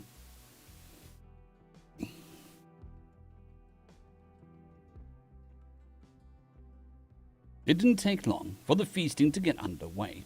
Gnomes, dwarves, owls, and orcs brought various things out of the tree buildings and set up stalls, which almost immediately began serving drinks and cooking food. Watching a city gather together and feast without any preparation or planning was quite the novel experience. It almost seemed practiced. "Hey guys," Nick said, tearing my attention away from the various stalls popping up. "I'm sorry that I wasn't I'm sorry that I wasn't honest with you earlier." "You did what you had to do, right?" I asked with a knowing smile. "Yeah." "Then there is nothing to apologize for." Then there is no need for an apology." "Well, I mean, I could have taken you to a side and explained what was going on." He rubbed his neck. Oh,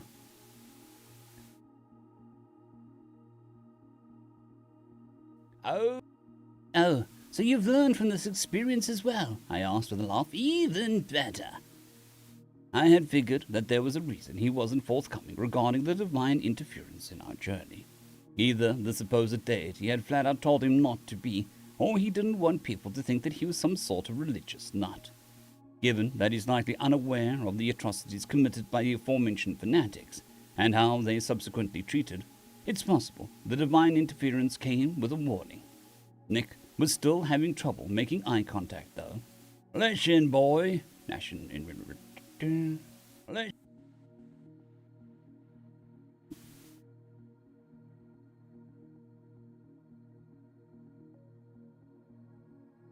"Listen, boy," Nasser interrupted. "I can't speak for other species. I can't speak for other species, but for orcs, apologies are for victims. While it would have been nice to know.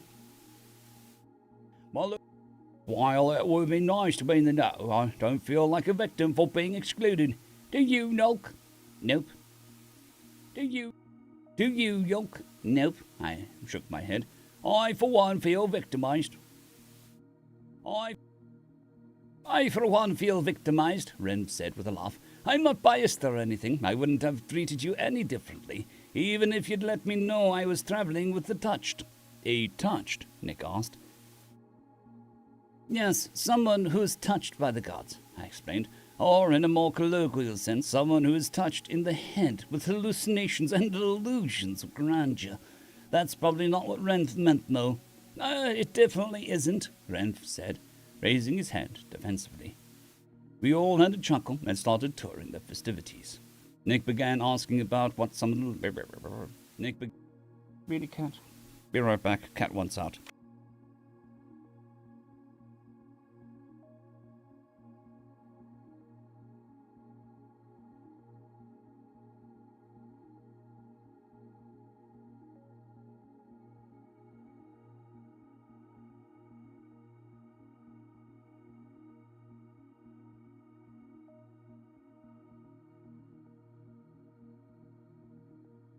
Kitty Overlord has escaped to go annoy the dog.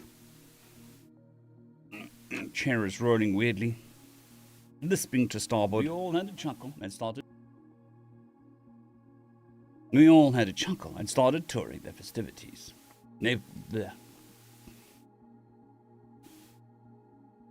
Nick began asking about some of the local food, and Renf acted as a guide. Nash and I waited patiently for Nick and Renf to fill the platter before wandering over to the stall that was serving something that we could eat. The smell of fried meat hit my nostrils like a club, and I had to swallow my mouth's immediate reaction. Nash's stomach growled as we grabbed our own platters to fill. Once we were finished, the four of us found some refreshments and took a seat on the ground nearby.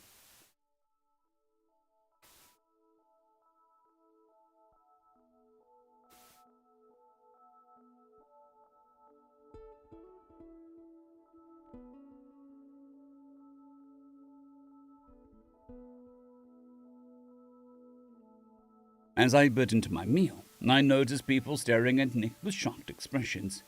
He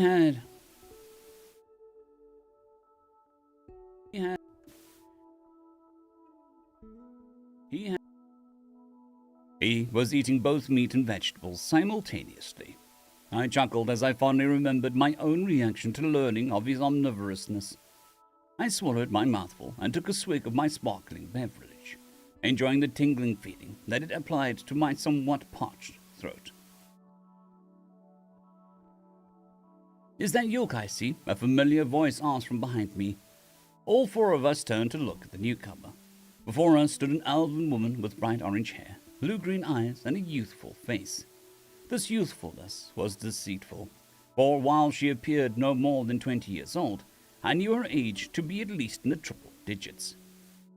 "Old Mara, how are you?" I asked with a grin. "Flummoxed," she replied with an exaggerated sigh. Flummoxed, she said with an over-exaggerated sigh. "I received word that an unknown sentient species is visiting the region. Then our true king awakens, and finally I run into my former student out of the blue. What a day!"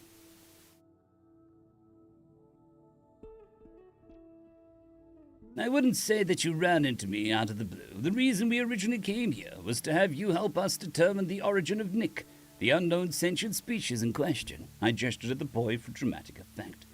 However, King Yssenreth appears to have stolen this job from you. Oh, that's a shame. She casually turned to look at Nick, and froze once she realized what she was looking at. Elmira, the Eternal, is extremely intelligent, but she's not without her faults.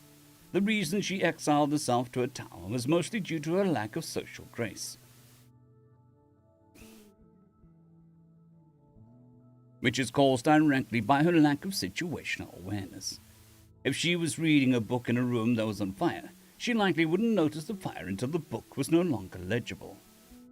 It occurred to me that her lack of situational awareness would make it nearly impossible for her to accidentally notice me, which means that she had lied about running into me out of the blue.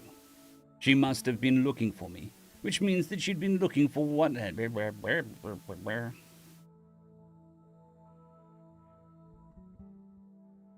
Which means that she'd lied about running into me out of the blue.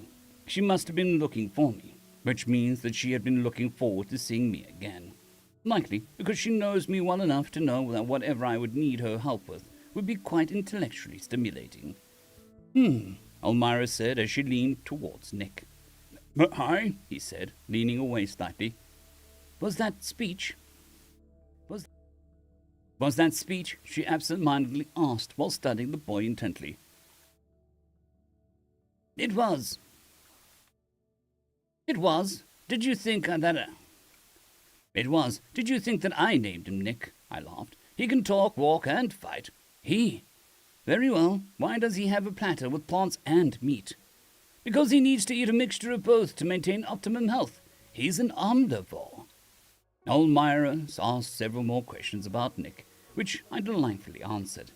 Nick remained quiet and nervous throughout this exchange, which I found a tad confusing. I would understand if I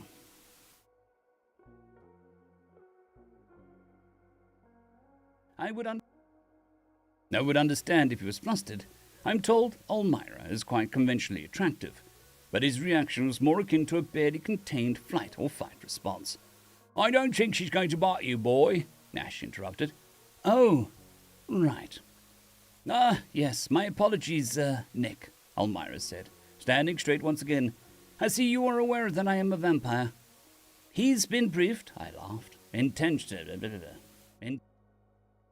Interestingly, in his world, all of the species of our world are detailed in legends, but are considered quite fictional, vampires as well. Elmira's eyes brightened, but before we could begin discussing the implications of this, Regent Oakmore approached us. He had run off earlier, presumably to inform people of the feast, and was now looking a tad tired. There you are, he grinned. I hope you're enjoying Bolasar's hospitality. Oh, yes, sir, Nash replied. Excellent. The regent knelt next to us. Now, from my understanding, the original purpose of your visit was to deliver the missive from High Chief Ullamark and to investigate Nick, yes? Quite so, Your Majesty, I said. Having accomplished these tasks, have you put any thought into what you're going to...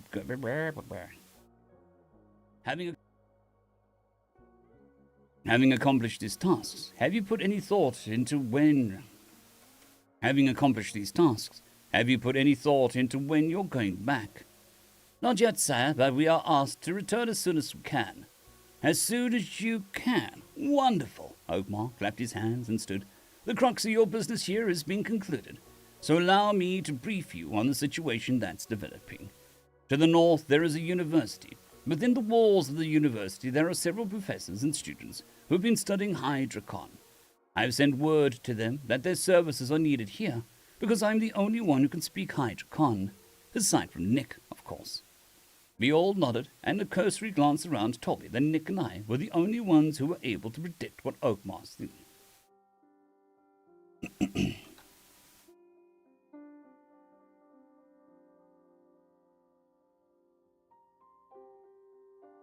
Aside from Nick.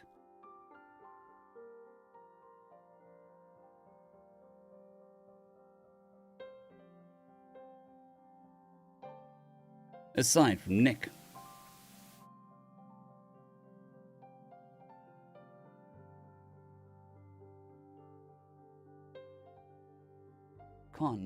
Aside from Nick, of course. We all nodded, and a cursory glance around told me that Nick and I were the only ones who were able to predict what Oakmar's thinking. Nick's face was carefully neutral, which almost made me grin. "How far away is this university, sir?" he asked. Nick asked. "About 3 weeks by cart," Oakmar's grin widened. "Which brings me to our problem. I will be quite busy ensuring a proper transition of power between myself and King Yssenrath, and won't have much time to act as his translator. As such, Nick, I formally request that you remain in Bolasar to help me translate until the translators from the university arrive." A period of awkward silence followed. "You want us to stay here for 3 weeks?" Nick finally asked. "Well, just you. But I assume that you're a package deal, of course. But I assume you're a package deal. Of course, you'll be paid for your services. We can count your brothers as your staff, and whoever else you'd like as an aide," he said, eyeing Renv. "You'll be paying them out of your pocket, though. How much? 1 gold per day." Nash let out a low whistle, which ended abruptly as we turned to stare at him. Nick then gave me a look as if asking for guidance. I took a moment to think. Our original goal was to get Oakmar to send reinforcements to Ulamark, which Our original goal was to get Oakmar to send reinforcements to Ulamark, which are either on their way or soon to be so. We also woke the High Dragon and received his aid in determining what to do next. Well, I do want to get on with the next leg of the journey. 1 gold per day for a minimum of 3 weeks is 21 gold, which is not a paltry sum even when split amongst 4 people.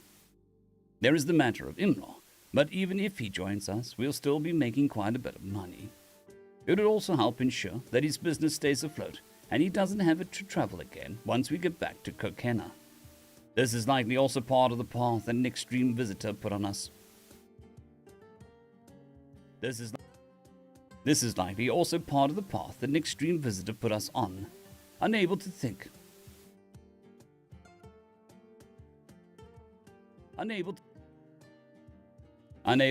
of a good reason to decline, I gave Nick a small nod.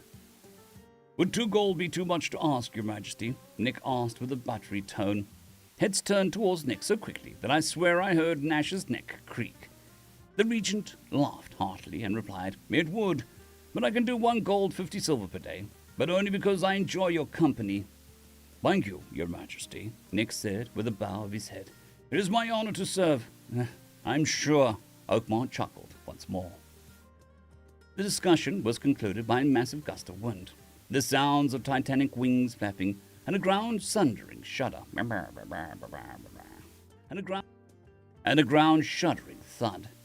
King Yssenrath had returned and was standing tall upon the hill which he had been slumbering for centuries. The sunset caused his white scales to glimmer with shades of purple, orange, and pink. One couldn't help but be transfixed.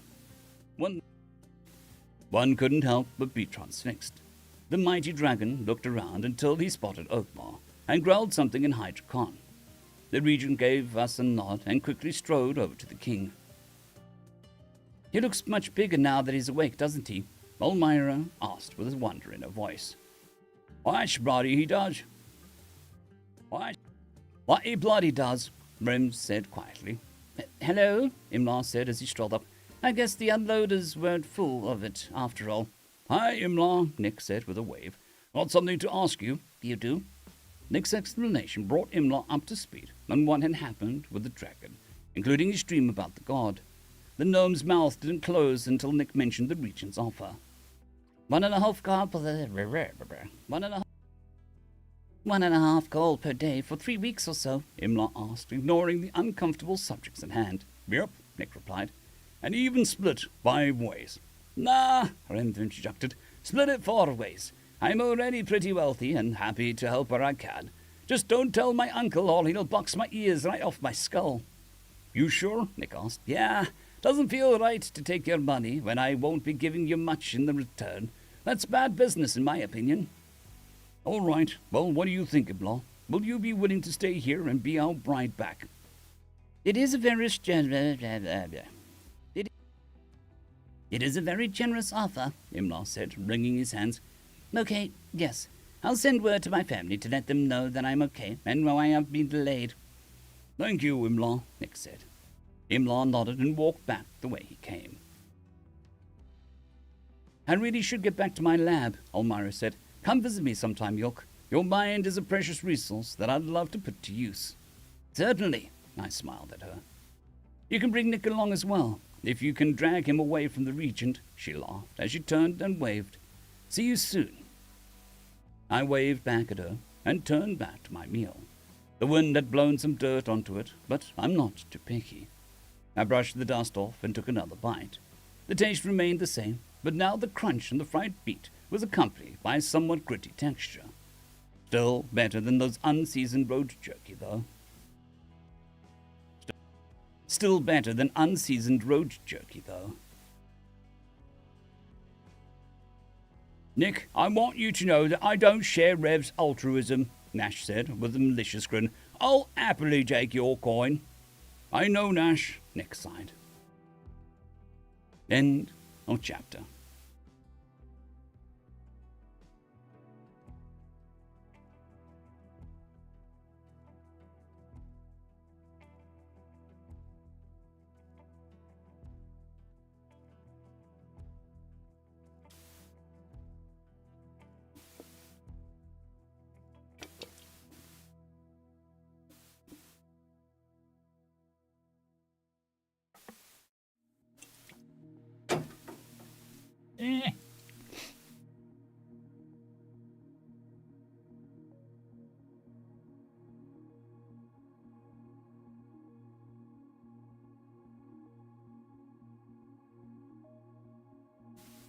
Oh, stretch. Stretch.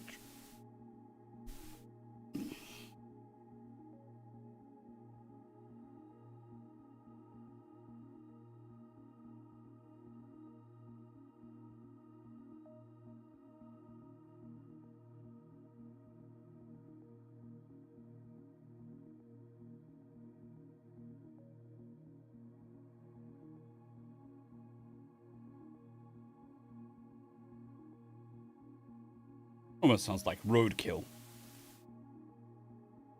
Road jerky.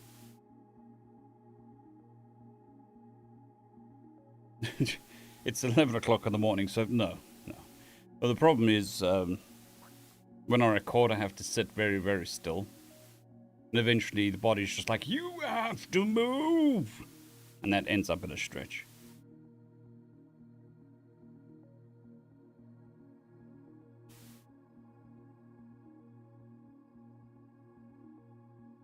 Good morning, Bombardic. Hope you're doing well.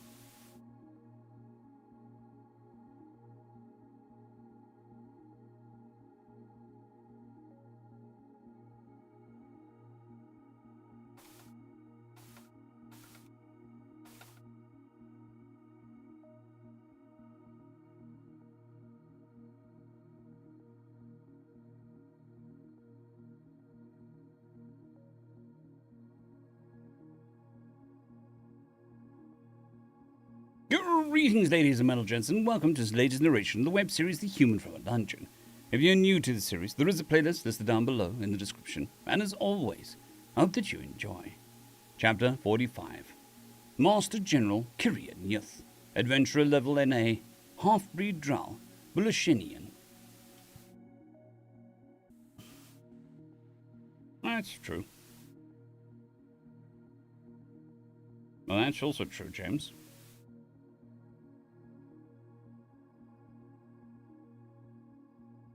I watch the orc slave stick, doing my best not to inhale through my nose. The smell is abysmal, but that's to be expected. One can't expect a bunch of filthy creatures, who likely don't even realize how bad their stench is, trapped in confined quarters, to smell like perfume. Well, because of perfume for a tanner. Well, perhaps perfume for a tanner, but not one that anyone on the nose could even draw. Well, perhaps perfume for a tanner, but not one that anyone with a nose would even dream of purchasing. The male orcish vampire glanced at me nervously, then yelled for the workers to move faster. Allergas had opted to follow my plan, likely fearing retribution from his superiors, and it had worked marvelously. He had chosen the two leaders with the weakest wills and turned them.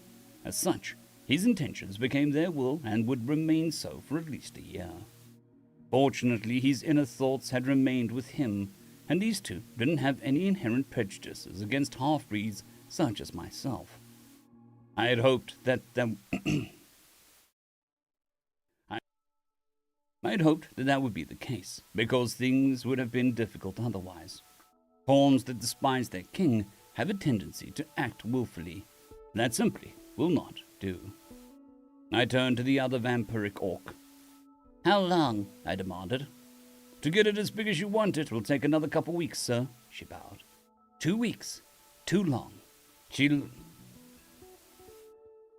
The loss at Ultras Legion's 2nd Phalanx weighed heavily on my mind. They'd been taken unawares by the mountain mages that had been hounding our forces since, and many of them had been captured. These orcs are annoyingly persistent. "Use your hypnosis to find 5 more weak-willed individuals, then turn them," I said, with a lowered voice. "Have them begin the escape tunnel. Be certain to keep it a secret, even from the other slaves." "Yes, Your Highness, but," she trailed off. "What is it? Hypnosis, sir? How do we do that?" I snapped my fingers and she looked up in fright. Our eyes made contact, and I tapped into a certain darkness deep within my being. This darkness had always been a part of me, and had acted as a cold comfort in times of stress.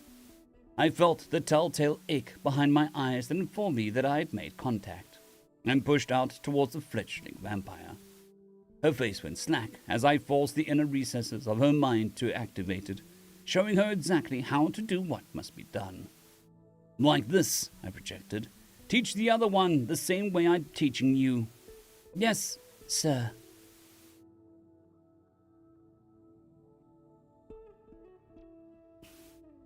Cheers, Postmatic. Thanks for popping past. Very much appreciated.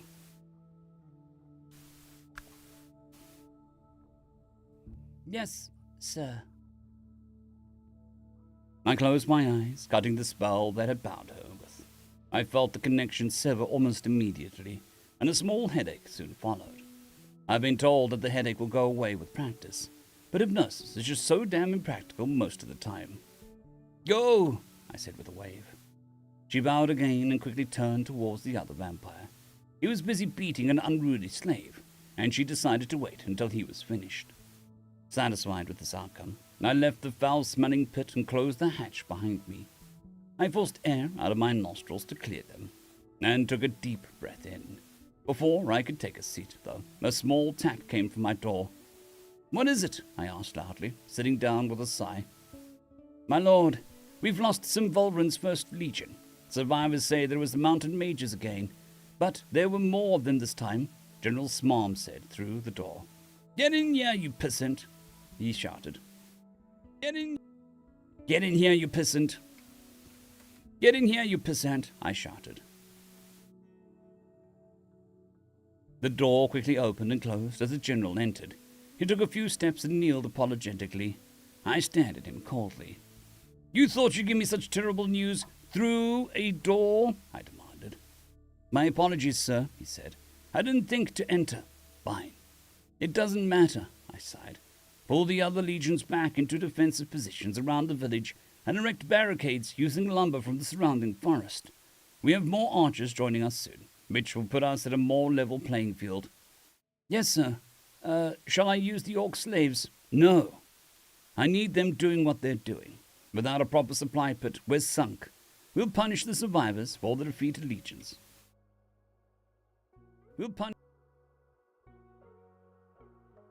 That's not good, James.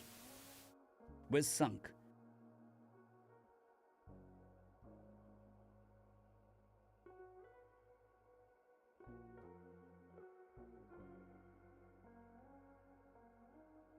We'll punish the survivors of the defeated legions by using them as lumberjacks. The legions that aren't on duty will build the walls and anti-infantry spikes. Be sure to have the access... Be sure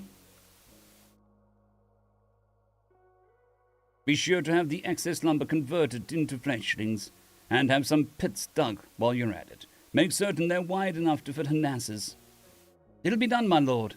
"Oh, and send a legion to meet the archers and escort them here. I doubt that the commanders in the city were smart enough to send a large infantry force with them. We don't want them getting ambushed and routed." "Yes, sir. That'll be all. Leave me." I gave a dismissive gesture. General Smarm stood, and as he left, a wave of exhaustion washed over me. Things hadn't gone quite as planned, but all wasn't lost yet. I debated sending a legion or two accompanied by archers on the offensive, but decided against it.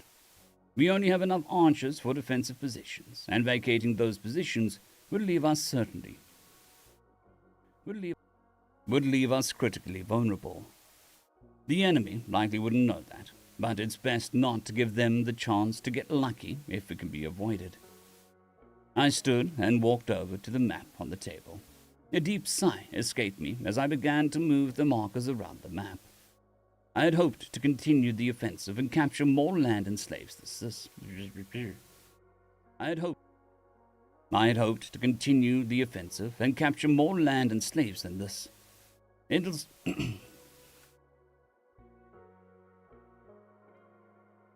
I'll still get the chance, but we'll have to be on the defensive for a time.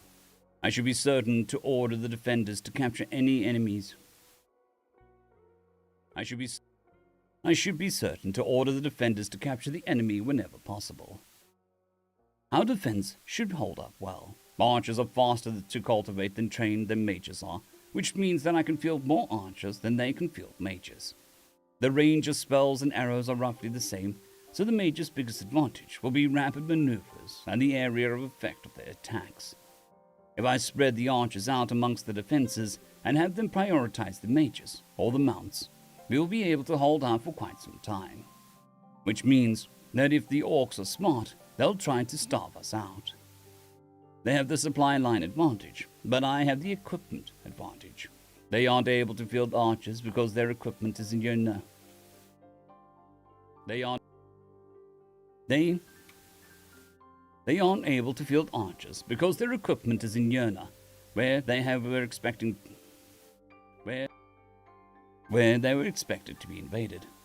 Once I add the reinforcing archers to the legions, we will be able to go on the offensive again and secure the supply line.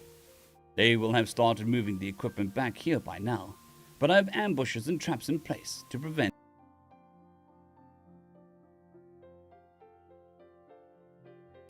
Hit the wrong button there.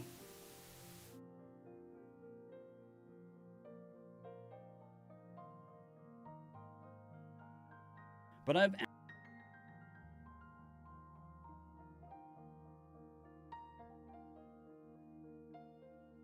have ambushes. All right. I think I'm done hitting the wrong buttons. And traps in place to prevent their delivery.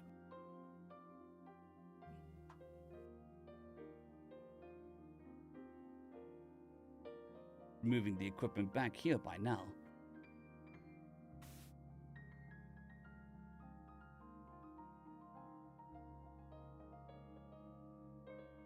But I have ambushes and traps in place to prevent their delivery.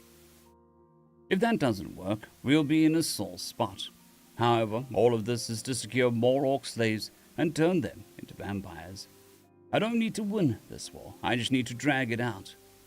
We'll need as many bodies as we can get our hands on to take the Night Kingdom's capital. King Lofen has kept most of the troops out of Paranoia. It was unusually gracious of him to grant me the archers that are on their way, although I suspect the request didn't even make it to his ear. The reason I'm getting reinforcements at all is likely due to vampiric subterfuge. I'll have to clean house once I take the throne. I finished rearranging the markers and walked over to the nearest window, pulling back the curtain. The clouds that had blanketed the sky all day had moved on, leaving a field of glimmering stars in their wake.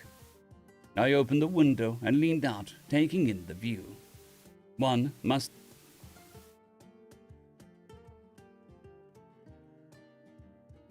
must take time to appreciate the smaller things in life, or else be crushed by the larger ones. Before I could get my fill of the sights, another bout of exhaustion took me. Bedtime already.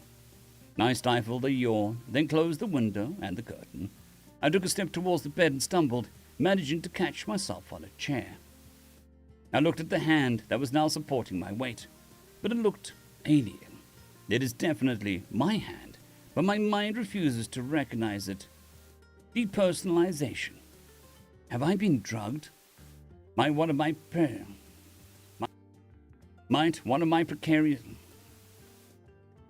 precautions slipped, or am I just that tired? It had been a long day, fraught with stress and worry. Even as the thought of being poisoned caused my adrenaline to surge, my eyelids drooped. I don't have the sweats, coughs, or shakiness that are indicative of most poisons. Why would someone use an anesthetic to try and assassinate me? What kind of anesthetic works in a fully fed half-breed vampire? Even as I tried to figure out this mystery, I stumbled over to my bed and lay within my covers. I barely managed to kick my boots off before my eyes could no longer stay open. Then I slipped into slumber. Finally.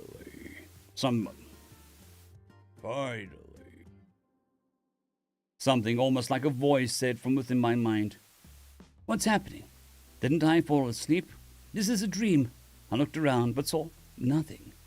No, not nothing. Darkness. Palpable darkness. Darker even than the darkness that resides within me. A true abyss, and I was within it. It is time that we should meet. Who are you? What do you want? I ran out of breath and could not take another. You do not need to speak. I know your mind and soul better than you do. I panicked at the lack of air for a few minutes before I realized that it didn't matter. I don't need to breathe. Is this really a dream, then? Why am I so cognizant? What is this? Your mind is frantic. Focus your thoughts and direct them to me. Focus my thoughts. Easy to say, not easy to do. Plenty of subjects rushed through my mind, but above all stood one question. What in the hells is going on here? The hells? Quite astute of you, but no, not the hells. Close, though. I focused on the non-voice, ignoring the inky blackness that surrounded me and the lack of air in my lungs. This has to be magic. Unfamiliar magic, but magic nonetheless. If this entity wished me harm, I'd be harmed by now. I steeled myself against my rising panic. What is the meaning of this? I demanded. An introduction to ease you into thinking. To ease you into knowing my voice, so that when the time comes to hear it, you will not panic as you did moments ago. Speaking in riddles, infuriating, but I'm in its power for now. I must play along. Who are you? Or what are you? Who am I? A laughable question. What use is a name in this situation? It isn't as if you will tell anyone of me. No, it would be better to ignore such mundanities. As for what I am, deep down, you already know. The being all but confirmed what had already begun to fear to be true. It is a god, a magical spirit of grandiose power and mysterious purpose, which means that I'm now touched.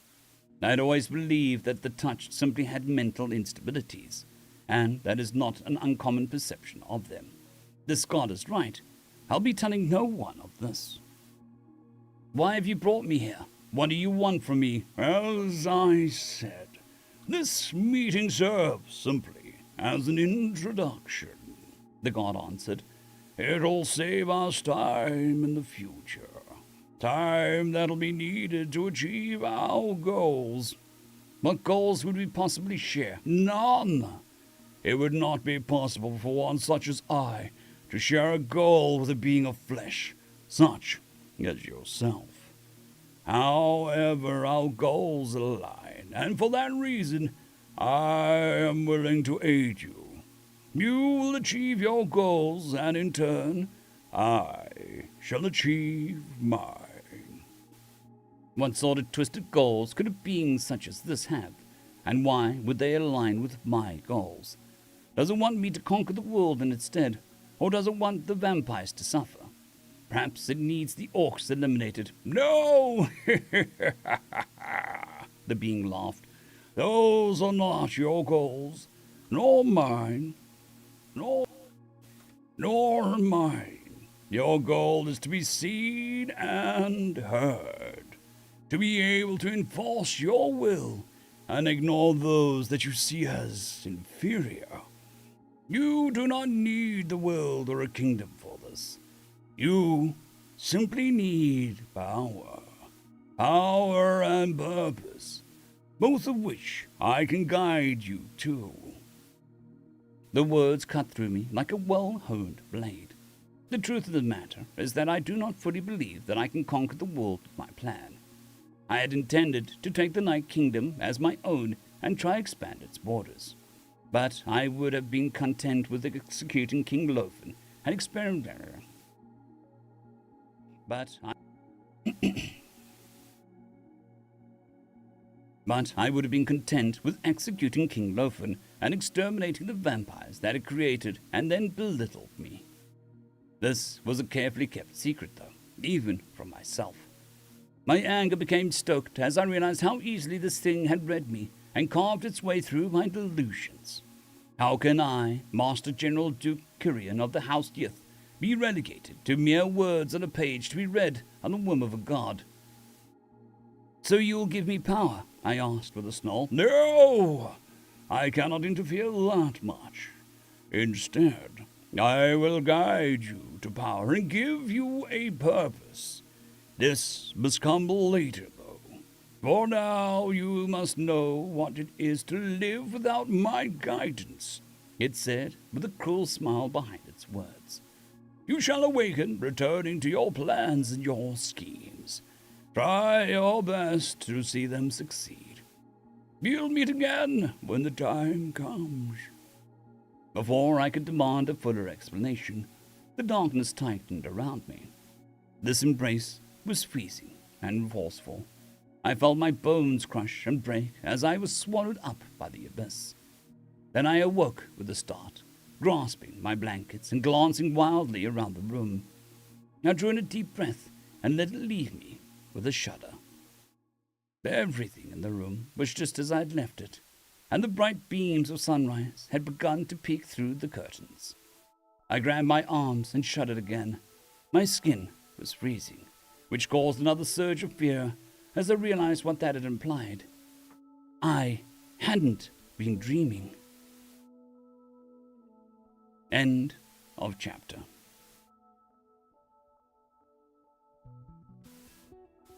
Pew, alrighty, that is 5 chapters done. Ooh, big stretch.